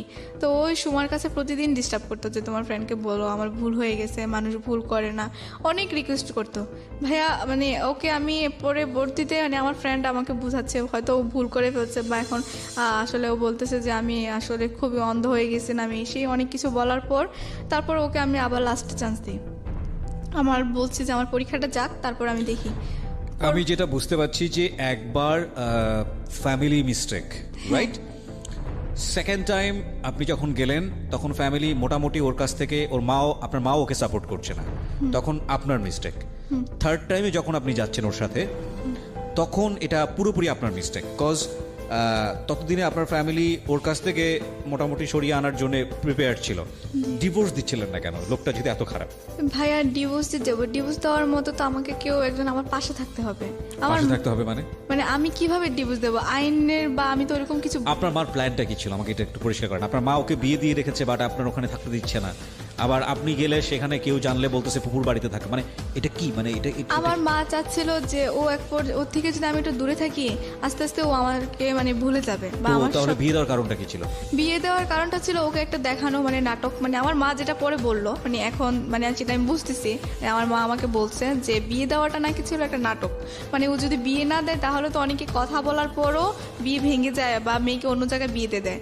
তা আমার মা নাকি ওকে বলছিল যে আমার মেয়েকে তো তোমার কাছে বিয়ে দিয়ে দিচ্ছি, তাহলে তো আমার মেয়েকে আর কোথাও বিয়ে দেবো না, তো তুমি যদি বিদেশ চলে যাও, বিদেশ থেকে আসার পর আমার মেয়েরও পড়াশোনা শেষ হবে, তখন তোমাকে তোমার হাতে আমার মেয়েকে উঠাই দিয়ে দেবো। So it was her plan actually, এবং যাতে করে বিয়েটা করে সে দেশের বাইরে চলে যায়। হ্যাঁ, কিন্তু সে সেটা ইমিডিয়েটলি করেনি। না। আচ্ছা, তো যখন আপনি বারবার ওনার সঙ্গে যাচ্ছিলেন তখন তো আপনি বুঝতে পারছিলেন যেটা উচিত হচ্ছে না, এটা ভুল হচ্ছে। হ্যাঁ, আমি তখন আপনি কেন যাচ্ছিলেন? আপনার পরিবার থেকে খুব বেশি অশান্তি হচ্ছিল আপনার সঙ্গে সেজন্য যাওয়া, নাকি এমন কোনো মোহের মধ্যে ছিলেন বা ওর প্রতি আপনি দুর্বল হয়ে গেছেন একসাথে থাকার কারণে? ভাইয়া ওর প্রতি আমার তেমন একটা দুর্বল ছিল না, তারপরেও মানে ও আমাকে বারবার, আমি চিন্তা করতাম যে ওর কাছে তো আমার কতগুলো ছবি আছে। সেটা তো বিয়ের আগে, বিয়ের পরের ছবিগুলো? বিয়ের পরের ছবিগুলোও তো আছে ওর কাছে। বিয়ের পরের ছবিগুলো কি আপনি দিতেন নাকি ও তুলতো? মানে ঘটনাটা কি ছিল? ঘটনাটা কি ছিল, যখন আমরা একসাথে থাকতাম তখন ধরেন অনেক ছবি উঠানো হতো, হ্যাঁ হয় আমারও উঠানো হতো বা ও উঠাইতো, একরকম ছবি উঠানো ছিল। তো ওইগুলো আপনারা খুব মিউচুয়ালি করতেন? হ্যাঁ, তো আমার তো ফোন ছিল না তখন, ওরই ফোন ছিল, তো ওর ফোনে ধরেন আমাদের দুজনের এগুলো নোট করবেন আপনারা? হ্যাঁ, তারপর ধরেন ওর ফোনে আমার মানে ছিল আর কি, মানে ধরেন আমাদের দুজনের ছবি ছিল। তো ও কি করছে, পরবর্তীতে আমাকে বলতো যে মানে আমি যদি ওর সাথে না যেতে চাইতাম তাহলে আমাকে বলতো যে আমি এই ছবিগুলো, তখন তো তোমার মানে জাস্ট অল্প পিক ছিল, এখন তো তোমার আরো একদম ফুল ছবি আছে, এখন তুমি কি করবা, এখন তো তোমার যাওয়ার কোনো পথ নেই। পরবর্তীতে ও এরকম করলে, তো তার জন্য থার্ড টাইম আমি ওকে মানে লাস্ট সুযোগ দিয়েছিলাম আর কি, মানে দেখি ও কি করে। এবার আমি একটু থামাচ্ছি আপনাকে। প্রথম কথা হচ্ছে যে যেই ছেলেটা কয়েকটা ছবি দিয়ে ব্ল্যাকমেইল করার কারণে আপনি তার ঘর সংসার করতে বাধ্য হচ্ছেন, ইমোশনালি বাধ্য হচ্ছেন, ফিজিক্যালি মেন্টালি যত রকমের টর্চার আছে সবকিছু করার পরেও আপনি বাধ্য হচ্ছেন, জি এবং সেই মানুষটাই আপনি যখন ওর সঙ্গে চলে যাচ্ছেন ইমোশনালি, তখন আপনি ঘরের মধ্যে গেলে বিভিন্ন রকমের ছবি তুলছেন। এইটা একটা পয়েন্ট করার মতো বিষয় প্রিয় শ্রোতা। প্রথম কথা হচ্ছে যে হাজবেন্ড এবং ওয়াইফ একই ঘরের মধ্যে থাকা অবস্থায় কি করছে না করছে সেটা তাদের একেবারেই ব্যক্তিগত বিষয়, কিন্তু যদি প্রেক্ষাপটটা এরকম হয় যে বিয়েই করা হয়েছে ছবি তুলে ব্ল্যাকমেইল করে, এবং বিয়েটাই করা হয়েছে যে এইরকম নুড ছবি দেখিয়ে, যেগুলো কোনো না কোনোভাবে তার বাবা মায়ের ইজ্জতে বা সামাজিক সম্মানে আঘাত করতে পারে, সেক্ষেত্রে আপনার কি উচিত ছিল না যে পরবর্তীতে যে ছেলেটার সঙ্গে আপনার সংসার আদৌ হবে কি হবে না সেরকম কোনো গ্যারান্টি নাই, যে ছেলেটা আপনার উপর টর্চার করছে, তারপর আপনি ওর কাছে গিয়ে এই ছবিগুলো তুলছেন, আপনার তো সচেতন হওয়া উচিত ছিল। ভাইয়া আমি যখন এই ছবিগুলো মানে আমি যখন ওর সাথে সেকেন্ড টাইম চলে যাই, তখন ও আমাকে বলছিল কি মানে যে আমার তো তোমার সব ছবি ডিলিট করে দিয়েছি, তোমার কোনো ছবি তো আমার কাছে নাই, দেখো আমি আগে ওই যে বললাম না যে ও ভালো হওয়ার জন্য মানে ট্রাই করছিল, আমি ওকে বলছিলাম যে ও ড্রিঙ্কস করবে না আর মানে এরকম সব কিছু। প্রথম কথা হচ্ছে ও কিন্তু একটা অ্যাকিউজ দাঁড় করানোর চেষ্টা করছে, বাট এটা ভুল, এটা বড় রকমের ভুল, এবং ভুল থেকে অনেক বড় রকমের অপরাধ। হ্যাঁ, বয়সটাও আপনি চিন্তা করে দেখুন, ক্লাস 8-এ পড়ুয়া একটা বাচ্চা, শিশুর বয়স, এবং ওর বয়স আজকে এই মুহূর্তে 19, রাইট? তখন আপনি চিন্তা করে দেখেন 13-14 বছর বয়স, এবং 13-19 বছরের ছেলেমেয়েরাই তো বলা যেত কিশোর কিশোরী বলা চলে, তারাই অনেক বড় ধরনের ভুল করে। আর সেক্ষেত্রে 13-14 বছর পড়ুয়া একটা কিশোর কিশোরী, তাদের ভুল করাটা তো আরও স্বাভাবিক, এবং ইমোশনালি ব্ল্যাকমেইল করা। আমি এই কথাগুলো এই কারণে বলছি যে ইদানিং আমাদের ভার্চুয়াল জগতে এই ছবি যেই পরিমাণ আমরা আদান প্রদান করি, বিশেষ করে পার্সোনাল ছবিগুলো, এগুলো অনেক সময় জীবনে অনেক বড় ধরনের বিপদ ডেকে নিয়ে আসতে পারে। কোনো মানুষ যদি এটা নিয়ে আপনাকে ব্ল্যাকমেইল করতে চাই সামাজিক সম্মানের জায়গাটা থেকে, আমরা অহরহ এই ধরনের ঘটনা চোখে পড়ছে আমাদের, এবং এগুলো এক ধরনের ভাইরাল হয়ে গিয়েছে আমাদের এই প্রবলেমগুলো। সরকার যথোপযুক্ত আইন করেছে, নিয়ম করেছে, এবং এটা এক ধরনের বড় রকমের সাইবার ক্রাইম। এটা আইন করার পরে কিছুটা কমেছে, নইলে একেবারে সেলিব্রিটি থেকে শুরু করে, বড় বড় সেলিব্রিটি থেকে শুরু করে সাধারণ মানুষ, কেউই এই ধরনের মানে ভিকটিম হওয়ার বাইরে না, ঠিক আছে? কিন্তু এটা একটা জীবনকে কতখানি বিপদগামী করে তুলতে পারে এই ভুলগুলো, এই অপরাধগুলো, সেই উদাহরণটা আজকের সিক্রেটসে। বলেন। তারপরে ভাইয়া ধরেন হুমকি দিত যে না ছবিগুলো পাবলিশ করে দেবে, হ্যাঁ হ্যাঁ, ও তো তখন বলতো। কেন ভয় পাইতেন? তখন তো আপনার হাজবেন্ড, ভয় পাওয়ার কি আছে? না, ও তো বলতো যে আমি এই ছবিগুলো পাবলিশ করে দেবো, আর কি বলতো যে মানে ওই যে বিভিন্ন নাম্বার দিয়ে দে না, হ্যাঁ, তো বলতো যে ও আমার ফ্যামিলির নাম্বার দিয়ে দেবে ছবিগুলোর সাথে? হ্যাঁ, ছবিগুলোর সাথে, যে এই নাম্বারে ফোন দিলে ইমো পাবা, বা এই নাম্বারে ফোন করলে সুন্দর মেয়ে পাবা, তোমার নাম দিয়ে দেবো, তোমার নাম সহ পাবা, ওকে বলতেছে। বা ও বলতেছে যে তোমার ভালো ছবিও দিয়ে দেবো। এবং আপনারা দেখবেন যে ইউটিউবে এরকম অসংখ্য ভিডিও পাওয়া যায় যেখানে একটা মেয়ের ছবি দিয়ে এবং নাম্বার দিয়ে এই ধরনের ঘটনা কিন্তু অসংখ্য আসে, এবং এগুলো এক ধরনের সামাজিক ব্যাধি।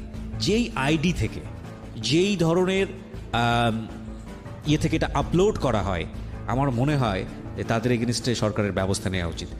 বলেন, এগুলো পাবেন আপনারা ইউটিউবে গেলে খোঁজ করলেই পাবেন, দেখবেন যে বিভিন্ন মেয়েদের ছবি, এবং এটা ঠিক আসলেই ওনার ছবি কিনা, বা এটা টেম্পার করা হয়েছে কিনা, বা ফটোশপে কাজ করা হয়েছে কিনা, এবং ওইভাবে নাম্বার দিয়ে দেওয়া হয় যে ওনার সঙ্গে যোগাযোগ করেন বাড়ি অমুকতলা। এটা শুধুমাত্র রিভেঞ্জ নেবার কারণে, প্রতিশোধ নেবার কারণে, জিঘাংসার কারণে যে হুমকিটা ও পেয়েছে।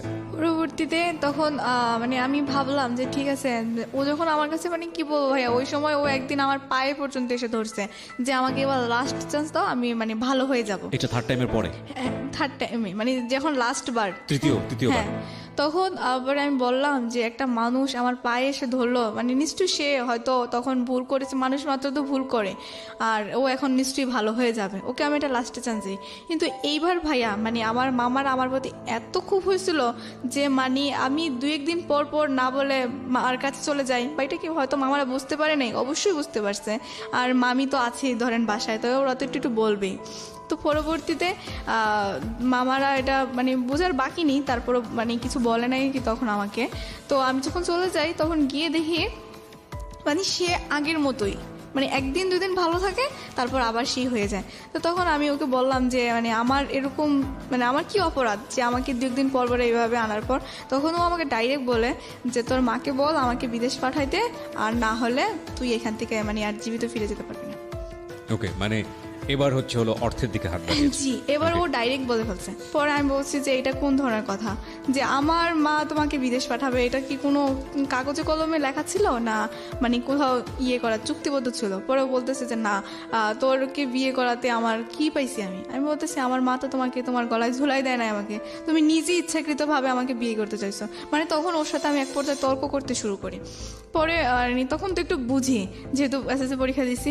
পরে ওকে আমি বলতেছি যে আমার মা তো তোমার ইচ্ছে করে গলায় ঝুলাই দেয় মানে না। বিয়ের প্রায় 2 বছর হয়ে গেছে তখন। হ্যাঁ, এই অন এন্ড অফ, কখনো থাকছেন কখনো চলে আসছেন ওখান থেকে। ফার্স্ট টাইম বুঝালেন আপনি ফুফুর বাসায় আছেন, সেকেন্ড টাইম আপনি কি বুঝালেন?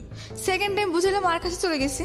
থার্ড টাইম তখন তো ধরেন আমি যখন বাসায় আর মামাদের বাসায় যাওয়া হয়নি, কারণ আমার তো তখন পরীক্ষা- আপনি কোথায় চলে গেছেন? তখন একদম মানে ওর থেকে চলে আসার পর সেপারেট হয়ে আমি ঢাকায় চলে আসি, এখানে ইন্টারভিউ। ওকে, আমরা স্টেপ বাই স্টেপ যাই। হ্যাঁ, তারপরে পরবর্তীতে কি করছে মানে ওর সাথে তখন আমার মানে কি তুমুল ঝগড়া হয়। ঝগড়া হওয়ার পর ও আমাকে অনেক মারে, মানে মারার মানে এমন মারে মানে আমি আবার ওই যে আমার মা আর মামারা যে মারছিল সেন্সলেস হয়ে গেছে ওরকম হয়ে যায়। পরবর্তীতে তখন ওর ফ্রেন্ডের বাসায় ছিলাম। তো পরে ওর ফ্রেন্ড কি করছে আমাকে হসপিটালে নিয়ে ভর্তি করানোর পর মানে আমি ওইখানে হসপিটাল থেকে পরে আমি আমার মানে ঢাকায় যে আন্টি, ওই আন্টিকে ফোন দিই যে আন্টি এরকম আমি তো হসপিটালে, আমাকে এসে নিয়ে যান। বলতেছিস তোর কি হয়েছে? আমি বলতেছি আমি পরে বলবো যে আমার কি হয়েছে, আমাকে এসে নিয়ে যান। পরে উনি নিয়ে গেছে, নিয়ে যাওয়ার পর আমি বলছি যে এরকম আসলে আমি তো মানে আমার ফ্রেন্ডের বাসায় গেছিলাম, মানে আন্টিকেও আমি সত্যি কথাটা বলি নাই, কারণ আমার মনে একটাই মানে আমি বুঝি নাই যে আমার মা কি তখন রাগ করে বলছিল না কিসের কারণে বলছে। মানে আমার মাকে আমি যদি ওর কথা বলতে যেতাম তাহলে আমার মা অনেক বকতো। তো বাট এখন তো আমি আমার মাকে আর বলতেও পারবো না, কারণ আমার মা তো একবার নিষেধ করছে যে ওর কাছে আর যাবা না। এখন আমি গেছি, আবার ও আমার মাকে ফোন করে অনেক হুমকি দিছে যে টাকা পয়সা না দিলে আপনার মেয়েকে এই করবো সেই করবো। তারপরেও যখন আমার মা মানে একটু নরম হয় নাই, আমার মা তো আমার প্রতি অনেক রাগ। এখন আমি কি করব? পরে আন্টির হাতে পায়ে ধরলাম, অনেক কিছু করলাম যে আমি তো এরকম আমার ফ্রেন্ডের বাসায় মানে আম্মুর সাথে রাগ করে চলে আসছি, এখন কি করবো? মানে আমি জানি যে আমার মায়ের কথাটা বলবে না আন্টিকেও। পরে বলাতে তারপরে বলছে যে ঠিক আছে, তুই এসএসসি পরীক্ষা দিস, এখন ঢাকা এখানে ভর্তি হয়ে যা, আর তোর মাকে আমি ম্যানেজ করবো, কোনো সমস্যা নেই। পরবর্তীতে ঢাকায় ভর্তি হয়ে গেলাম। আর ও ঢাকায় ভর্তি হয়ে গেলেন, চাইলেন ভর্তি হয়ে গেলেন? না এসএসসি পরীক্ষার রেজাল্ট দিছে, তারপর? রেজাল্ট দেওয়ার পর আমি তখন 4.28 পাইছি। মানে তখন তো পরীক্ষার রেজাল্ট খারাপ হয়েছিল। তো পরীক্ষা খারাপ হওয়াতে, কারণ আমি পড়িয়ে নাই মোট কথা, কি পড়বো ভালোভাবে।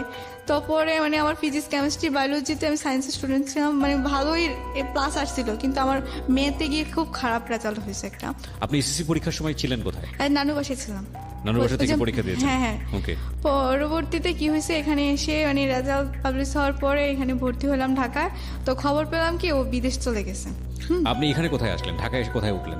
ঢাকায় এসে মিরপুরে আন্টির বাসায় উঠছি। মানে আন্টি মানে কি ধরনের আন্টি? আন্টি বলতে আমার আপনার আন্টি। আপনার আন্টি তো আপনাকে জায়গা দিল? হ্যাঁ দিছে।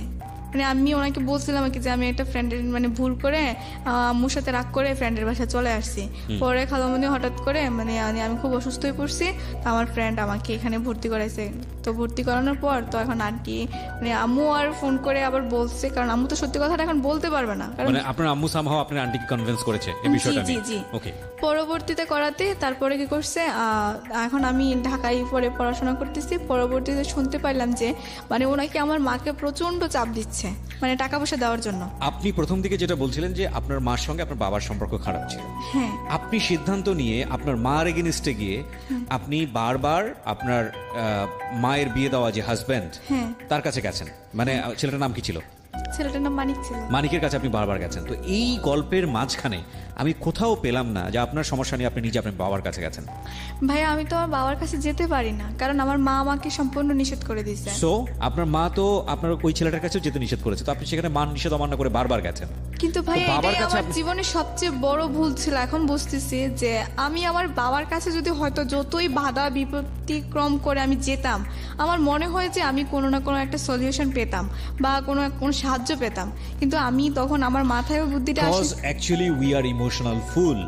দেখুন ওনার মা যে একটা বলা যেতে পারে একটা বড় ধরনের ভুল সিদ্ধান্ত নিল, সেটা সিচুয়েশনালি ওনাকে সেভ করার জন্য হোক বা ওনার বাচ্চাকে সেভ করার জন্য হোক বা যে কোনো কারণে হোক, এবং পরবর্তীতে ওনার মার কাছ থেকে মায়ের যে ভালোবাসা সেটা না পেলেও একটা সাপোর্ট বিভিন্নভাবে দেওয়ার চেষ্টা করছে। এত যে কমপ্লেক্সিটি ওর লাইফে এসছে, ও কখনো নিজে থেকে ফিল করেনি আমার বাবার কাছে যাওয়া উচিত। বাবার দিক থেকেও আমার একটা প্রশ্ন থাকে। এই মেয়েটি হচ্ছে তার প্রথম সন্তান এবং সেও কিন্তু দেখুন এই মেয়েটা কেমন আছে, কোথায় আছে, আপনার সঙ্গে যোগাযোগ করতো আপনার বাবা? কখনোই যোগাযোগ করতো না। বাবা আসতো, আইসে দেখে চলে যেত, তো কিন্তু বাবা আসতো, বাবাকে আপনি শেয়ার করতেন বিষয়গুলো? বাবার সাথে কিভাবে শেয়ার করবো? ওই যে নানুর মা যে বলে রাখছে নানুর বাসায় যেন ওর সাথে কোনো পার্সোনাল কথা বলতে না দেয়, তখন আমি যদি বাবার সাথে কোনো কথা বলতে যেতাম, হয় আমার মামি সামনে দিয়ে আসতো যেত, বা আমার নানু থাকতো, বা আমার নানা প্রেজেন্ট আপনার মা থাকতো। তো বাবার সঙ্গেই থাকতো। হ্যাঁ, তারপরে পার্সোনাল বিষয় বললে সমস্যা কোথায়? তো মানে আমার বাবাকে বললে, হ্যাঁ, বাবাকে বলতো না, কেন বলতো না সেটা আমি জানি না। আপনার সন্তান হিসেবে উচিত ছিল না এই জিনিসগুলো ফাইন্ড আউট করা? হ্যাঁ ভাই, এটা আমার মানে ভুল হয়ে গেছে যে আমি আমার কখনো বাবাকে কখনো এই রকমের ভুল অনেক বড় অপরাধ নিজের জীবনের জন্য। আমরা বিলিভ করি আজকে এই গল্পটা যারা শুনছেন সামাজিকতার জায়গা থেকে, it's not a crime that like kill somebody, or it's not a crime যে ও কোথাও বোমাবাজি করেছে, কিংবা it's not a crime like ও কোথাও মাদক পাচার করেছে, বা it's not a crime like ও কাউকে খুন করে ফেলেছে। এই ক্রাইমটা হচ্ছে ওর নিজের জীবনটা কতটা বিষাদময় হয়েছে নিজের অপরাধের কারণে, নিজের ভুলের কারণে। হ্যাঁ, এবং সেই ভুল বা অপরাধের জন্মটা একেবারে ফ্যামিলির রুট থেকে, শিকড় থেকে হয়েছে। আমরা আরও একটা বিরতি নিব প্রিয় শ্রোতা। আপনারা ইউটিউবে গেলে আমাদের এই অনুষ্ঠানটি অডিও এবং ভিডিও দুটো আকারই দেখতে পাবেন। আমাদের ইউটিউবের ঠিকানা হচ্ছে www.youtube.com/dfm904। আমি আবারও বলছি www.youtube.com/dfm904, এবং ঢাকা FM 90.4 নামে চ্যানেলটি আছে। প্লিজ সাবস্ক্রাইব বাটনে ক্লিক করবেন, তাহলে আপনি সাবস্ক্রাইব করবেন এবং নোটিফিকেশনটা অন রাখবেন। ওখানে দেখবেন যে ঘন্টার মতো একটা সাইন আছে, ওখানে ক্লিক করলে আপনার নোটিফিকেশনটা অন হয়ে যাবে। আমাদের এই চ্যানেলে যতগুলো নতুন কন্টেন্ট অ্যাড হবে, সঙ্গে সঙ্গে আপনার মোবাইল নোটিফিকেশন চলে যাবে যে আমাদের এখানে নতুন কন্টেন্ট অ্যাড হয়েছে। এবং ইন্টারেস্টিং ফ্যাক্ট হচ্ছে, এই প্রথম রেডিওর ইতিহাসে রেডিওতে অনুষ্ঠান চলাকালীন সময়ে, ঠিক তার অনুষ্ঠান শেষ হওয়ার আগে বা মাঝামাঝি সময়ে পুরো অনুষ্ঠানটি ইউটিউবে আপলোড করা হয়। তার মানে বুঝতেই পাচ্ছেন যে ইউটিউব যারা ব্যবহার করেন বা ইউটিউবে যাতে ব্যবহার করার সুযোগ আছে, তারা রেডিওর শ্রোতার আগে এই অনুষ্ঠানটি পুরোপুরি শুনতে পাচ্ছে। মানে এটা হচ্ছে একটা বিশাল সুযোগ। এই প্রথম আমার মনে হয় বাংলাদেশের রেডিওর ইতিহাসে এই প্রথম এই সুযোগটা কেউ দিয়েছে, যে আপনি রেডিওতে অনুষ্ঠান শোনা শুরু করেছেন, আপনি জানেন না যে এরপরে কী ঘটতে যাবে, কিন্তু আপনার যদি ইউটিউব চ্যানেল থাকে এবং আপনার যদি সাবস্ক্রাইব করা থাকে আমাদের চ্যানেলটি, তাহলে আপনি ইতিমধ্যে জেনে গেছেন যে আসলে পরবর্তীতে কী ঘটতে যাচ্ছে, কারণ আমরা ইউটিউবে আমাদের অনুষ্ঠানটি অলরেডি আপলোড করে দিয়েছি। ফিরে আসছি মাত্র 2 মিনিট পর। Secrets. Something beyond entertainment.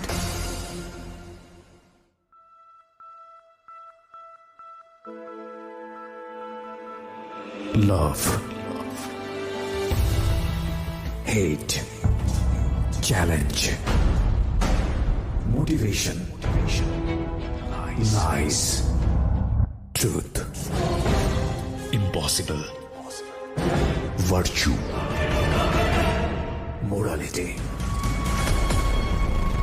Something beyond entertainment. Welcome to my stage of reality. Stay tuned. Sunday and Wednesday with me, RJ Kibriya, only on Dhaka FM 90.4.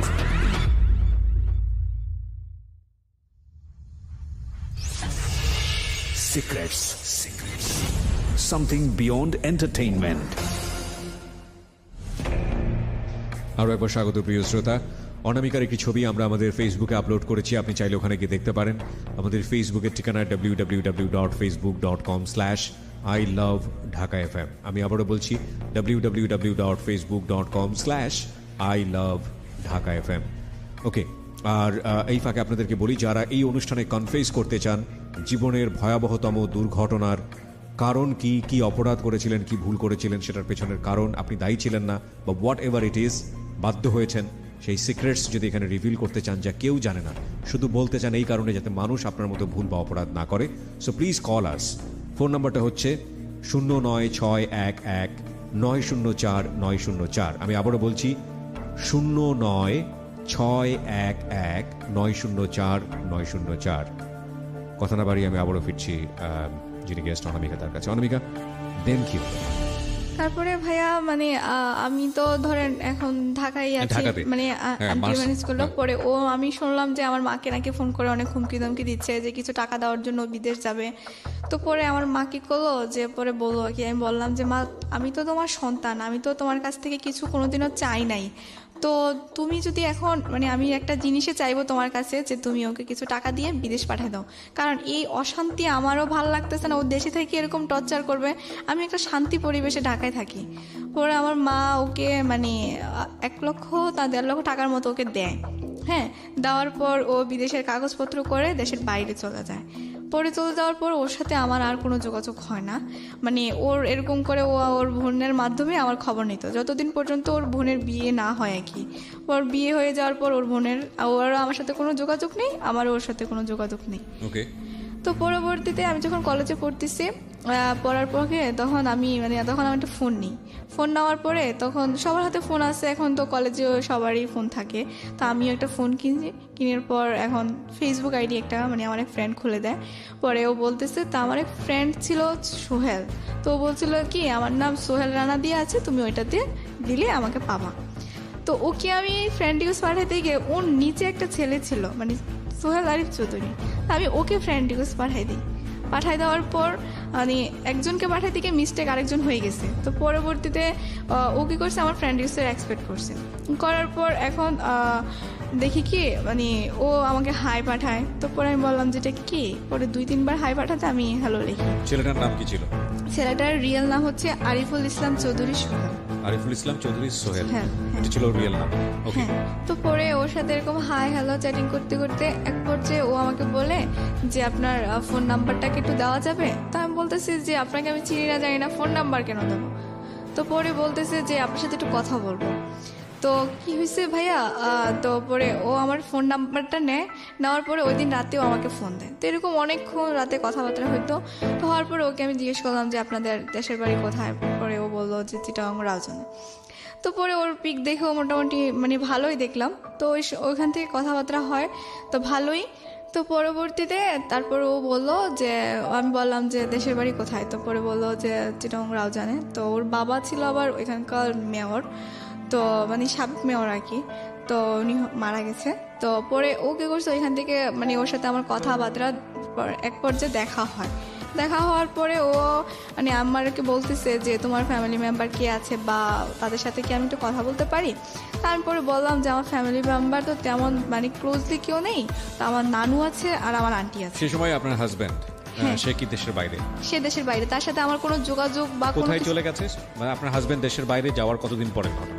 এটা যাওয়ার প্রায় আমার ফার্স্ট ইয়ার শেষ, 1 বছরের মতোই কাছাকাছি হয়ে যাবে। তো ওই সময়টাতে হাজবেন্ডের সঙ্গে আপনার কোনো যোগাযোগ নেই? কোনো যোগাযোগ নেই, কোনো নেই। কেন যোগাযোগ নাই? ও বলছে যে ও আমার মাকে শর্ত দিছিল যে ও যদি দেশের বাইরে চলে যেতে পারে, ওকে টাকা দিলে ও আমার সাথে আর কোনোদিনও যোগাযোগ রাখবে না। যোগাযোগ রাখবে না বলতে কি এটা কি ফর্মালি কাগজে কলমে শেষ হবে নাকি এমনিতে যোগাযোগ অফ করে দিবে? ও বলছে যে কাগজে কলমে শেষ করে দেবে, কিন্তু এটা ও করে নাই। ও কি বলেছিল? ও কাগজে বলেছিল যে কাগজে কলমে হবে, কাগজে কলমেই হবে, ডিভোর্স দিয়ে দিবে। জি। এটাও আপনার ফ্যামিলির শর্ত ছিল? জি। আজকে আপনি যে বিষয়টা বলছেন, এটা কি আপনার বাবা জানে যে ওর সঙ্গে আপনার বিয়ে হয়েছিল? না, আমার বাবা জানে স্টিল আপনার বাবা জানে না? না, এখন পর্যন্ত জানে না? না। যদি জানে তাহলে আজকের অনুষ্ঠানের মধ্য দিয়ে জানবে, রাইট? জি। ওকে, বলেন তারপর হচ্ছে যে ওর 1 বছর পর, 1 বছর পর ওর সাথে আমার আস্তে আস্তে হাই হ্যালো শুরু হয়। তো হাই হ্যালো শুরু হয়। এই 1 বছরের মধ্যে আপনি আপনার মাকে বলেছিলেন যে ওর সঙ্গে যোগাযোগ করে ডিভোর্স পেপারটা নিয়ে আসতে? আমি আমার মাকে একবার জিজ্ঞেস করেছিলাম যে মা, আমাদের তো কোনো ডিভোর্স হয় নাই, তো এখানে তো ধরো যে ও যে কোনো মুহূর্তে এসে দাবি করতে পারে যে ও আমার ওয়াইফ। তখন আমার মা আবার একটা কাজ করছে কি ভাইয়া, আমার যে এসএসসি সার্টিফিকেট আছে না, ওইখানে আমার বয়সটাকে একটু চেঞ্জ করে দিছে। আমার জন্মসালটাকে চেঞ্জ করে দিছে। চেঞ্জ করেছে কেন? চেঞ্জ করে দিছে হচ্ছে আমার 1 বছর সামনে দিয়ে দিছে। বয়স বাড়িয়ে দিয়েছে? হ্যাঁ, না, কমিয়ে দিছে। কমিয়ে দিয়েছে? যেটা জন্ম নিবন্ধনে ছিল ওটা থেকে 1 বছর কমিয়ে দিয়েছে এই কারণে, যাতে মাসটা সহ চেঞ্জ করে দিছে, যাতে আমার মা বলতেছে যাতে ও পরবর্তীতে না বলতে পারে যে এটা আমার মা প্রমাণ করবে যেটা ফলস ছিল, এটা আমার মা বিয়েটা ফলস ছিল। জি, ফলস ছিল, ওইটা কোনো ভ্যালু নেই। তার কারণে আমার মা কি করছে, মন্ত্রণালয় থেকে আবারও সেই সার্টিফিকেট, জন্ম নিবন্ধন বা বোর্ডের থেকে আবার সব সার্টিফিকেট আবার নতুন করে করছে। ওকে। যাতে আমার মা বলতেছে যে ও তো সহসায় ডিভোর্স দেবে না, বা ও আরো যদি কোনো কিছু চায়। আপনারা দেননি কেন? এখন আম্মু কেন দেয় না সেটা আমি জানি না, বা আমি তো এরকম ডিভোর্স সম্পর্কে বা আইন সম্পর্কে আমার তো ধারণা নেই। ওকে, বলেন তারপর বলার পর কি করছে, এখন ওর সাথে সোহেলের সঙ্গে কথা হচ্ছে? হ্যাঁ, কথা হচ্ছে, দেখা হচ্ছে বলতে দেখা হচ্ছে। ও ঢাকায় এসে আমার সাথে দেখা করছে। কতদিন কথা বলার পরে? প্রায় 6 মাস কথা বলার পর। কি ধরনের কথোপকথন ছিল? এই তো হাই হ্যালো, কেমন আছো, ফ্রেন্ড সার্কেল একটা ছিল। কিন্তু দেখা হওয়ার পরে আস্তে আস্তে ওর প্রতি আমার একটা ভালো লাগা সৃষ্টি হয়েছে, ওরও আমার প্রতি একটা ভালো লাগা সৃষ্টি হয়ে যায়। পরবর্তীতে ও বলছে যে তোমার তো কোনো ফ্যামিলি মেম্বার কে কে আছে ভালো, তোমার খুব ক্লোজলি। ও আমার সম্বন্ধে সবকিছু জানছে। জানার পর ওকে আমি সবকিছু বলছি। সবকিছু বলতে? মানে আমার হাজবেন্ডের কথা সবকিছু ওকে বলছি। স্টিল ইউ আর ম্যারিড সেটাও বলেছেন? হ্যাঁ বলছি। Okay. পরে ও বলতেছে এখানে তো তোমার কোনো দোষ নেই, বাট তোমাকে তো জোর করে করানো হয়েছে, আর তোমার তো এই যে আপনি এত কিছু তাকে বললেন, তার সম্পর্কে কতটুকু জানতেন? ওর সম্পর্কে জানতাম যে ও মানে চিটাংয়ের ছেলে, ওর বাড়ি রাউজান, বা ওর বাবা সাবেক মেয়র ছিল, আর দ্বিতীয় কথা হচ্ছে যে ও ফ্যামিলির সবচেয়ে ছোট সন্তান, আর ওরা 2 ভাই। আর দ্বিতীয় কথা হচ্ছে যে ও ব্যাংকে চাকরি করে, চকরিয়া মানে সরি পাহাড়তলি ব্রাঞ্চে, মানে এতটুকুই জানতাম। আর চিটাংয়ে ওদের বাসা ছিল, মানে আমাদের বাসার কাছে। Okay fine. এই 6 মাস কথোপকথনে আপনাদের সম্পর্কটা কি ফ্রেন্ডশিপ পর্যায়ে ছিল? সে অবস্থায় দেখা করতে যাচ্ছেন নাকি সম্পর্কটা অন্যদিকে চলে না, গেছে? পরবর্তীতে ধরেন মানে ও যখন মানে প্রথমে যখন ওর সাথে আমি কথা বলতাম তখন মানে ফ্রেন্ডলি হিসাবে কথা বলতাম, মানে কোনো ভালো লাগা বা ওরকম কিছু ছিল না। আমি ভাবতাম যে মনে হয় যদি ওর সাথে মানে কথা বললে যদি আবার ওই ছেলেটার মতো কোনো কিছু করে, তো পরে ওকে আমি সব কিছু মানে ওর সাথে যখন দেখা করি, আমি ও ঢাকায় আসছিল দেখা করতে, তো পরে দেখা করার কথা বলাতে তখন ও আসতে আমাকে দেখার পর মানে ওর ভালো লাগে, তো পরে আমারও ওকে একটু হালকা হালকা ভালো লাগতো। তো তারপরে আমি ওকে সব কিছু শেয়ার করি যে আমার লাইফে এই ঘটনা ঘটছে, আমি মেরিড, বাট এই তখন ও বলতেছে যে তো তোমার কোনো দোষ নেই, তুমি তো নির্দোষ, কারণ এটা তোমার মা তোমাকে বিয়ে দিছে, বা ও আমাকে এরকম ভাবে বোঝায়। তো পরে বলছে যে মানুষ তো কতই ভুল করে, তুমি নয়তো মানে একবার ভুল করে চলে গেছো আর কি, ওইটা কিছু না, ওটা কোনো ব্যাপার না, আর ওইগুলো আমি ম্যানেজ করে নিতে পারবো আমার ফ্যামিলিতে, ওইগুলো তুমি না বললেই চলবে, আমার ফ্যামিলি এত দেখবে না, ওইটা বলছে। পরে বলছে যে তোমার ফ্যামিলি মেম্বার কে আছে ক্লোজ, আমি তার সাথে কথা বলবো। তো পরে আমার নানুর সাথে মানে ও কথা বলে, বা আমার আন্টির সাথেও কথা বলে, ভালোই আমার ফ্যামিলি। তখন কথা বলাতে ও মানে ওকে আমি ও নিয়ে কথা বলতেছে, এরকম আমাদের মানে ভালোবাসাও আস্তে আস্তে মানে চলছে। পরবর্তীতে ধরেন মানে ও আমাকে মানে বলতো আর কি যে তোমার কিছু পিক দাও, তো তখন আমি ওকে আমার পিক দিতাম, তো ও আমার পিক দিত। তো এক পর্যায়ে এটা মানে ও বলতেছে এরকম পিক হবে না, অন্য ধরনের পিক দাও। তখন আমি বলতেছি অন্য ধরনের পিক কি? পরে বলতেছে যে বুঝো না এখনকার রোমান্টিকতা, মানে এখনকার যুগের ডিজিটাল মেয়ে, তুমি কি বুঝো না এগুলা, ওই পিক দাও। আমি বলতেছি ওইসব কিরকম পিক বলো? পরে বলতেছে যে আমি বলতেছি কি বলো এগুলা বলাতে ও বলতেছে, আমি বলতেছি না আমি ওরকম পিক দিতে পারবো। তখন সম্পর্কটা কি ভালোবাসার সম্পর্ক? হ্যাঁ ভালোবাসার সম্পর্ক। পরবর্তীতে ও বলাতে হ্যাঁ ওকে আমি দিছি। তারপরে বলাতে ও এক পর্যায়ে ও আমার সাথে মানে বলতো আর কি যে আজকে দাও না প্লিজ, এরকম এরকম অনেক রিকোয়েস্ট করতো। তো আপনি ছবিগুলো দিতেন? হ্যাঁ, র্যান্ডমই দিতেন? যেই ঘটনা আপনার লাইফে এত বড় একটা বিপদ ডেকে নিয়ে আসলো, এবং এটা ছবি কেন্দ্রিক, যেটাতে আপনার কোনো হাত ছিল না, এটা তো বুঝেছিলেন ততদিনে যে এই একটা ছবি দিয়ে, এই ধরনের ছবি দিয়ে সামাজিকতা ক্ষুণ্ণ করার অজুহাতে একটা মেয়ের ফিউচার ধ্বংস করে দেওয়া যায়। জি ভাইয়া। শুধু একটা মেয়ে না, যে কোনো একটা মানুষকে সামাজিকভাবে অনেক বড় রকমভাবে হেয় করা যায়। তারপরেও এইরকম একটা জিনিস জেনে শুনেও আপনি কেন এই ধরনের ছবি ওকে দিলেন? ভাইয়া তখন আমি ভাবতাম যে হয়তো ওই ছেলেটা আমার সাথে ফলস করছে, আর ওর কথাবার্তা শুনে আমার মনে হতো যে ওকে আমি ভালোবাসি, ও আমাকে বিয়ে করবে, ও আমাকে ঠকাবে না। এক্স্যাক্টলি, এই জায়গাটাই আমরা সবসময় ভুলটা করি। যে ভুলটা কিন্তু ওর জীবনেও ছিল, যে ছেলেটা গায়ে হাত তুলছে, যে ছেলেটার সঙ্গে এত বড় সম্পর্ক, এত বাজে সম্পর্ক, সেই ছেলেটার কাছে ও আবার ফিরে যাচ্ছে বিকজ অফ ইমোশন, এবং একই ইমোশনের কারণে পরবর্তী আরেকটা সম্পর্কে জড়িয়ে সে একই ভুলটা করছে। এবং এই ভুলগুলো একটু একটু করে এটা একটা ভয়াবহ অপরাধ। একটা কথাই আছে, একবার ভুল ভুল, 2 বার ভুল ভুল, কিন্তু 3 বারের ভুল কিন্তু কোনো ভুল না, সেটা অপরাধ। এবং ওর জীবনে এটা 4 বার 5 বারের জায়গায় পৌঁছে গেছে, সেটা অপরাধ না, মহা অপরাধ। বলেন। তারপরে মানে এরকম ছবি আদান প্রদান করা হতো। হওয়ার পরে তো ও আমাদের বাসায় একবার আসলে তখন মানে আমার নানু ওকে বলতেছে যে দেখো সোহেল, সম্পর্ক তো অনেকদিন হলো, এবার বিয়ে শাদির কথা কিছু ভাবো। ওর নানা তো খুব অসুস্থ, বাট বলতেছে ওকে একটা বিয়ে দিয়ে নাত জামাই দেখে তারপরে মানে মরলেও না শান্তি লাগবে। পরে বলতেছে এখন মানে কেমন যেন একটা হয়ে গেছিল। তো হয়ে যাওয়ার পর আমি বলতেছি কি ব্যাপার, তোমার ভিতরে কোনো টেনশন কাজ করতেছে? তো পরে বলতেছে যে না টেনশন না, তারপরে কোনো সমস্যা নেই, মানে একটু কথাটা ঘুরাই ফেলছে। পরে ও যখন চিটাগাং গেছে তাই বললাম কি ব্যাপার, তোমার মায়ের সাথে তো আমাকে কথা বলালো না, বা আমি তো জানি না, বা কিছু একটা বলো। তো পরে ও কি করছে ভাইয়া, মানে ও আস্তে আস্তে আমার থেকে দূরে সরে যাচ্ছে।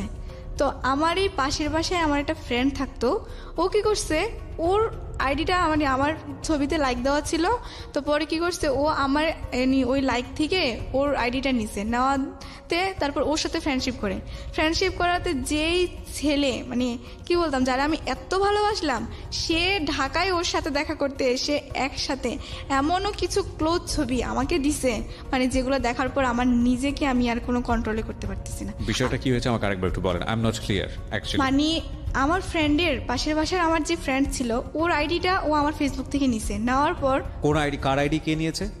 সোহেল আমার ফ্রেন্ডের আইডি নিয়েছে, আচ্ছা ফেসবুক থেকে নিয়েছেন, এরপর নেওয়ার পর ওর সাথে সম্পর্ক করছে, আবার করার পর সেটা আমি জানতাম না তখন। সম্পর্ক মানে কি, এক ধরনের ফ্রেন্ডশিপ? না, ভালোবাসার সম্পর্ক করে ফেলছে। মানে আমার ফ্রেন্ড কিন্তু জানতো। আপনার ফ্রেন্ড কি জানতো না আপনার সম্পর্কে? জি, সে জানার আমার পরও ওই সম্পর্কে হ্যাঁ, ও আমার সম্পর্কে জানতো যে ওর সাথে আমার রিলেশন ছে, বা ও যে আমাদের বাসায় আসতো সেটাও মানে ও দেখছে, আচ্ছা। বা ও অনেক সময় দুষ্টামি করতো যে ভাইয়া কেমন আছেন, বা আপনাদের বিয়ের পর কিন্তু আমি চিটংয়ে যাব, বা আপনার মতো এরকম হ্যান্ডসাম ছেলে আমাকে একটা খুঁজে দিবেন, এরকম দুষ্টামি করতো। পরবর্তীতে কি হয়েছে মানে আমি যে ওই ছবিগুলো দেখেছি আমি নিজে বিশ্বাস করবো যে পেলো কিভাবে ছবিগুলো? ছবিগুলো ও আমাকে দিছে। আপনার ফ্রেন্ড আপনাকে দিয়েছে? হ্যাঁ, ফ্রেন্ড আপনাকে দিয়েছে, এবং ফ্রেন্ড পেয়েছে কোথা থেকে? ফ্রেন্ডের সাথে একসাথে ওরা দুজন। সোহেল দিয়েছে আপনার ফ্রেন্ডকে? না না, মানে আমার ফ্রেন্ডের সাথে সোহেল ক্লোজলি ভাবে ছবি ওকে, উঠাইছে। আপনার ফ্রেন্ডের সঙ্গে সোহেল ক্লোজলি কিছু ছবি তুলেছে, সেটা আপনার ফ্রেন্ড আপনাকে দিয়েছে। জি। কেন দিয়েছে? মানে আমাকে দেখানোর জন্য, মানে ও বলতেছে যে সোহেল আমার, সোহেল আর তোমার নাই, তুমি এখন সোহেলকে ভুলে যাও। এটা কবে ঘটেছে? এটা ঘটেছে সম্পর্কে কতদিন পরে? সম্পর্ক প্রায় 1.5 বছর পরে, মানে আমার সামনে ইন্টারমিডিয়েট পরীক্ষা ছিল তখন।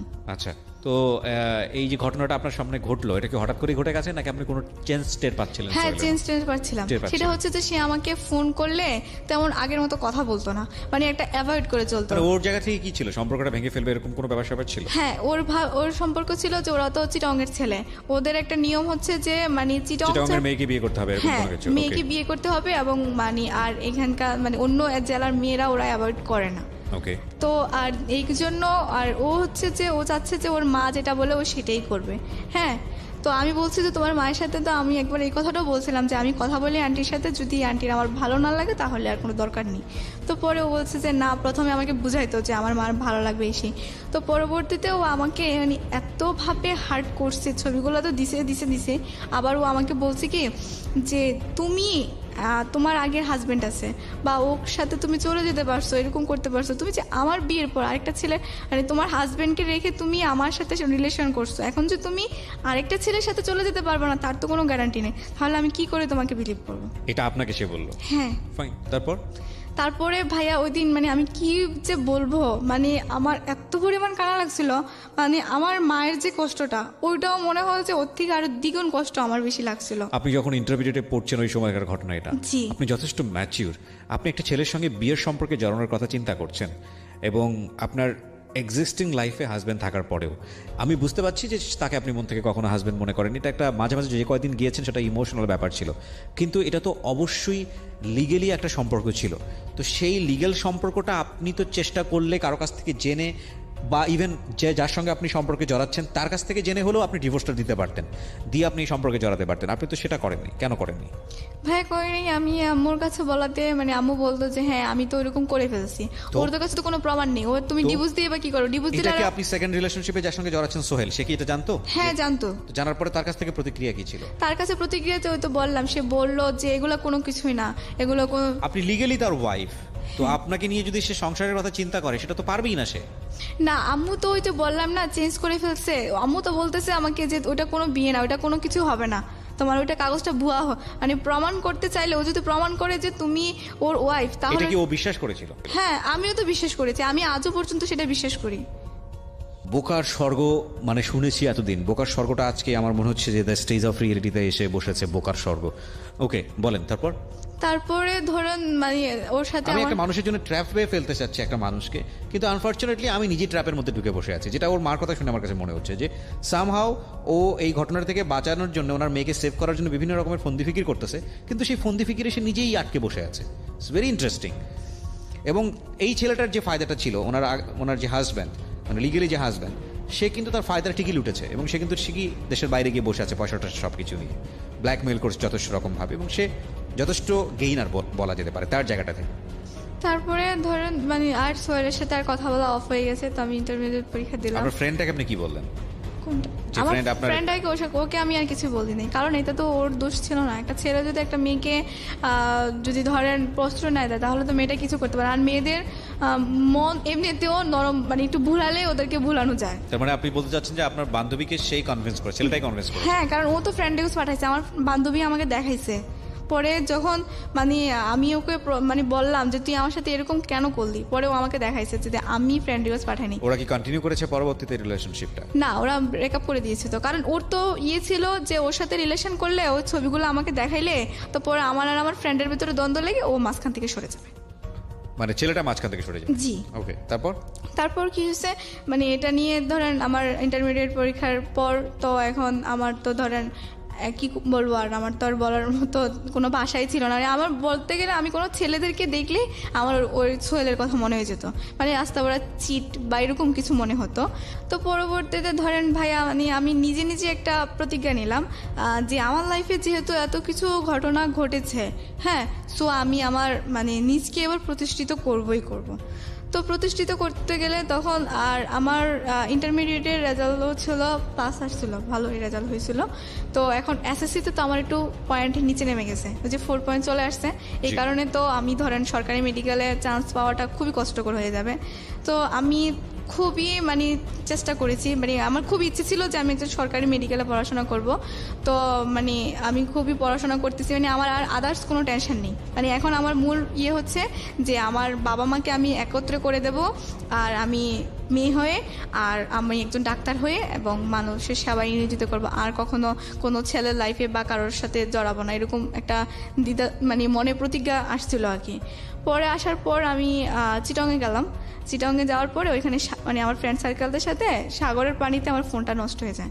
সো আমি যেটা বুঝি যে আপনি এখন প্রাইভেট একটা মেডিকেলে পড়াশোনা করছেন এবং আপনার খরচটা আপনার মাই দিচ্ছে, নাকি আপনি নিজের খরচ জোগাড় করেন? আমি একটা কোম্পানিতে চাকরি করি ছোটখাটো করে আপনি আপনার পড়াশোনা চালাচ্ছেন।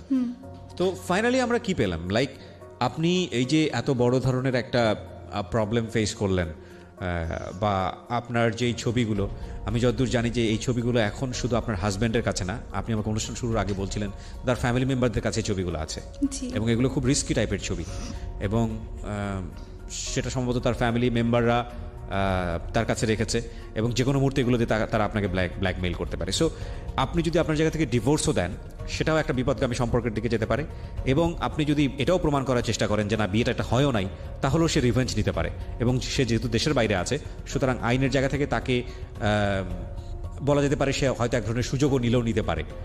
তো কি বলার আছে আপনার এই ছবি আদান প্রদান নিয়ে, এই ভার্চুয়াল জগতে এইভাবে ছবি আদান প্রদান, ইভেন হাজব্যান্ড ওয়াইফ হওয়ার পরও এই ধরনের ছবি তোলা মোবাইলে রাখা, সে মোবাইলটা তো চিন্তাই হয়ে যেতে পারে, চুরিও হয়ে যেতে পারে, কি বলার আছে? আপনি তো নিজেই একটা আগ্নেয়গিরির মধ্যে আছেন এখন সবকিছু বলতে গেলে সামাজিকতা জায়গাটা থেকে। হ্যাঁ, আমি যদি মানে বলতে চাই আর কি যে আমার মতো ভুল যেন এই পৃথিবীতে আর কেউ না করে, মানে এই ছবি লেনদেন যেন অন্তত আর না করে। মানে সে তোমার যতই বয়ফ্রেন্ড হোক না কেন, কারণ যদি বয়ফ্রেন্ডই যদি তোমাকে সত্যিই ভালোবাসে তাহলে কখনো তোমার দেহ যাবে না বা তোমার এরকম নেগেটিভ ছবি যাবে না, আর তোমাকে মন থেকে ভালোবাসবে। আর যারা মন থেকে ভালোবাসে তারা কখনো দেহ চায় না। সো আপনি যেটা বলতে চাচ্ছেন যে এই ধরনের ছবি আদান প্রদান করা থেকে একেবারে বিরত থাকা উচিত। ইভেন আমি বলতে চাই যে if it is with husband and wife, যদি হাজব্যান্ড ওয়াইফের মধ্যেও ব্যাপার হয় তাহলেও আমি বলবো যে please do not do this, cause আপনি জানেন না যে সেলফোনে আপনি করছেন এটা, সেই সেলফোনটা কোনো এক সময় হয়তো বা হারিয়ে যেতে পারে, বা আপনি যেই ওয়েবসাইটের মাধ্যমে এটা করছেন সেটা হয়তো বা ইনসিকিউর হতে পারে। সুতরাং মান সম্মানের দিক থেকে, যে কোনো জায়গার দিক থেকে এটা খুবই খুবই ইনসিকিউর। এবং আপনি চিন্তা করে দেখুন, আপনারা হয়তো নতুন বিয়ে করেছেন বা এরকম একটা সময় হয়তো শখ হলো স্মৃতি হিসেবে রাখার জন্যে, এবং এটা হয়তো আপনি ভুলেই গেছেন কোথায় রেখেছেন, ভবিষ্যতে হয়তো আপনার সন্তান বড় হয়ে তাদের চোখে পড়লো। সো কতটা দুর্ঘটনাজনিত হতে পারে। একটা ছোট গল্প বলেই শেষ করতে চাই। আমরা এমন একটা যুগে বসবাস করি যেখানে কমিউনিকেশনটা খুব ইজি। আমি অনেকদিন আগে ফেসবুকে এরকম একটা ভিডিও দেখেছিলাম যে মেয়ে আলটিমেটলি কোনো একটা খুব খুব সেন্সিটিভ একটা ছবি তার বয়ফ্রেন্ডকে পাঠাতে গিয়ে সে আলটিমেটলি হোয়াটসঅ্যাপের কোনো একটা গ্রুপে ছবিটা আপলোড করেছে, এবং ভুল করে সে আলটিমেটলি ওই গ্রুপের মধ্যে তার প্যারেন্টসরা ছিল, এবং শুধু প্যারেন্টস না, ওই যে গ্রুপটা ছিল সেই গ্রুপসে প্যারেন্টসদের যারা আলটিমেটলি বস, অফিসের বস, তারাও অ্যাডেড ছিল। তো তার মানে বুঝতেই পারেন যে ঘটনাটা শেষ পর্যন্ত কোথায় গিয়ে দাঁড়াতে পারে। So please be careful on this issue. অবশ্যই এই ধরনের কাজ থেকে দূরে থাকেন, এটা আপনার জন্য সেফ এবং সবার জন্য সেফ, এবং আমরা আপনাদেরকে অবশ্যই নিরুৎসাহিত করব। আজকের মতো এখানেই শেষ করতে চাই সিক্রেটস। আমরা বিশ্বাস করি প্রতিটি ভুল, প্রতিটি অপরাধ, এটার পেছনে শক্তিশালী একটি কারণ থাকে, এবং যারা ভিকটিম হন কিংবা যারা এই অপরাধটা করেন তারা একটা শক্তিশালী রিজন থেকে করেন। তো সেই জায়গাটি থেকে আমরা আমাদের অনুষ্ঠানটিকে রিফ্লেক্ট করতে চাই এই অর্থে যে এই ভুলটা বা এই অপরাধটা যেন আর কেউ কখনো না করে। সো অন দ্যাট পার্সপেক্টিভ আপনি যদি মনে করেন আপনি মানুষের উপকার করবেন, আপনার ভুল বা অপরাধের পরিণতি এবং সেটার পেছনে কারণ কী ছিল সেটা জানিয়ে তাহলে আমাদেরকে ফোন করুন। ফোন নাম্বারটি হচ্ছে 09611904904। আবারও বলি 09611904904। আজকের মতো শুভরাত্রি, ভালো থাকুন, নিরাপদে থাকুন। Secrets. Something beyond entertainment.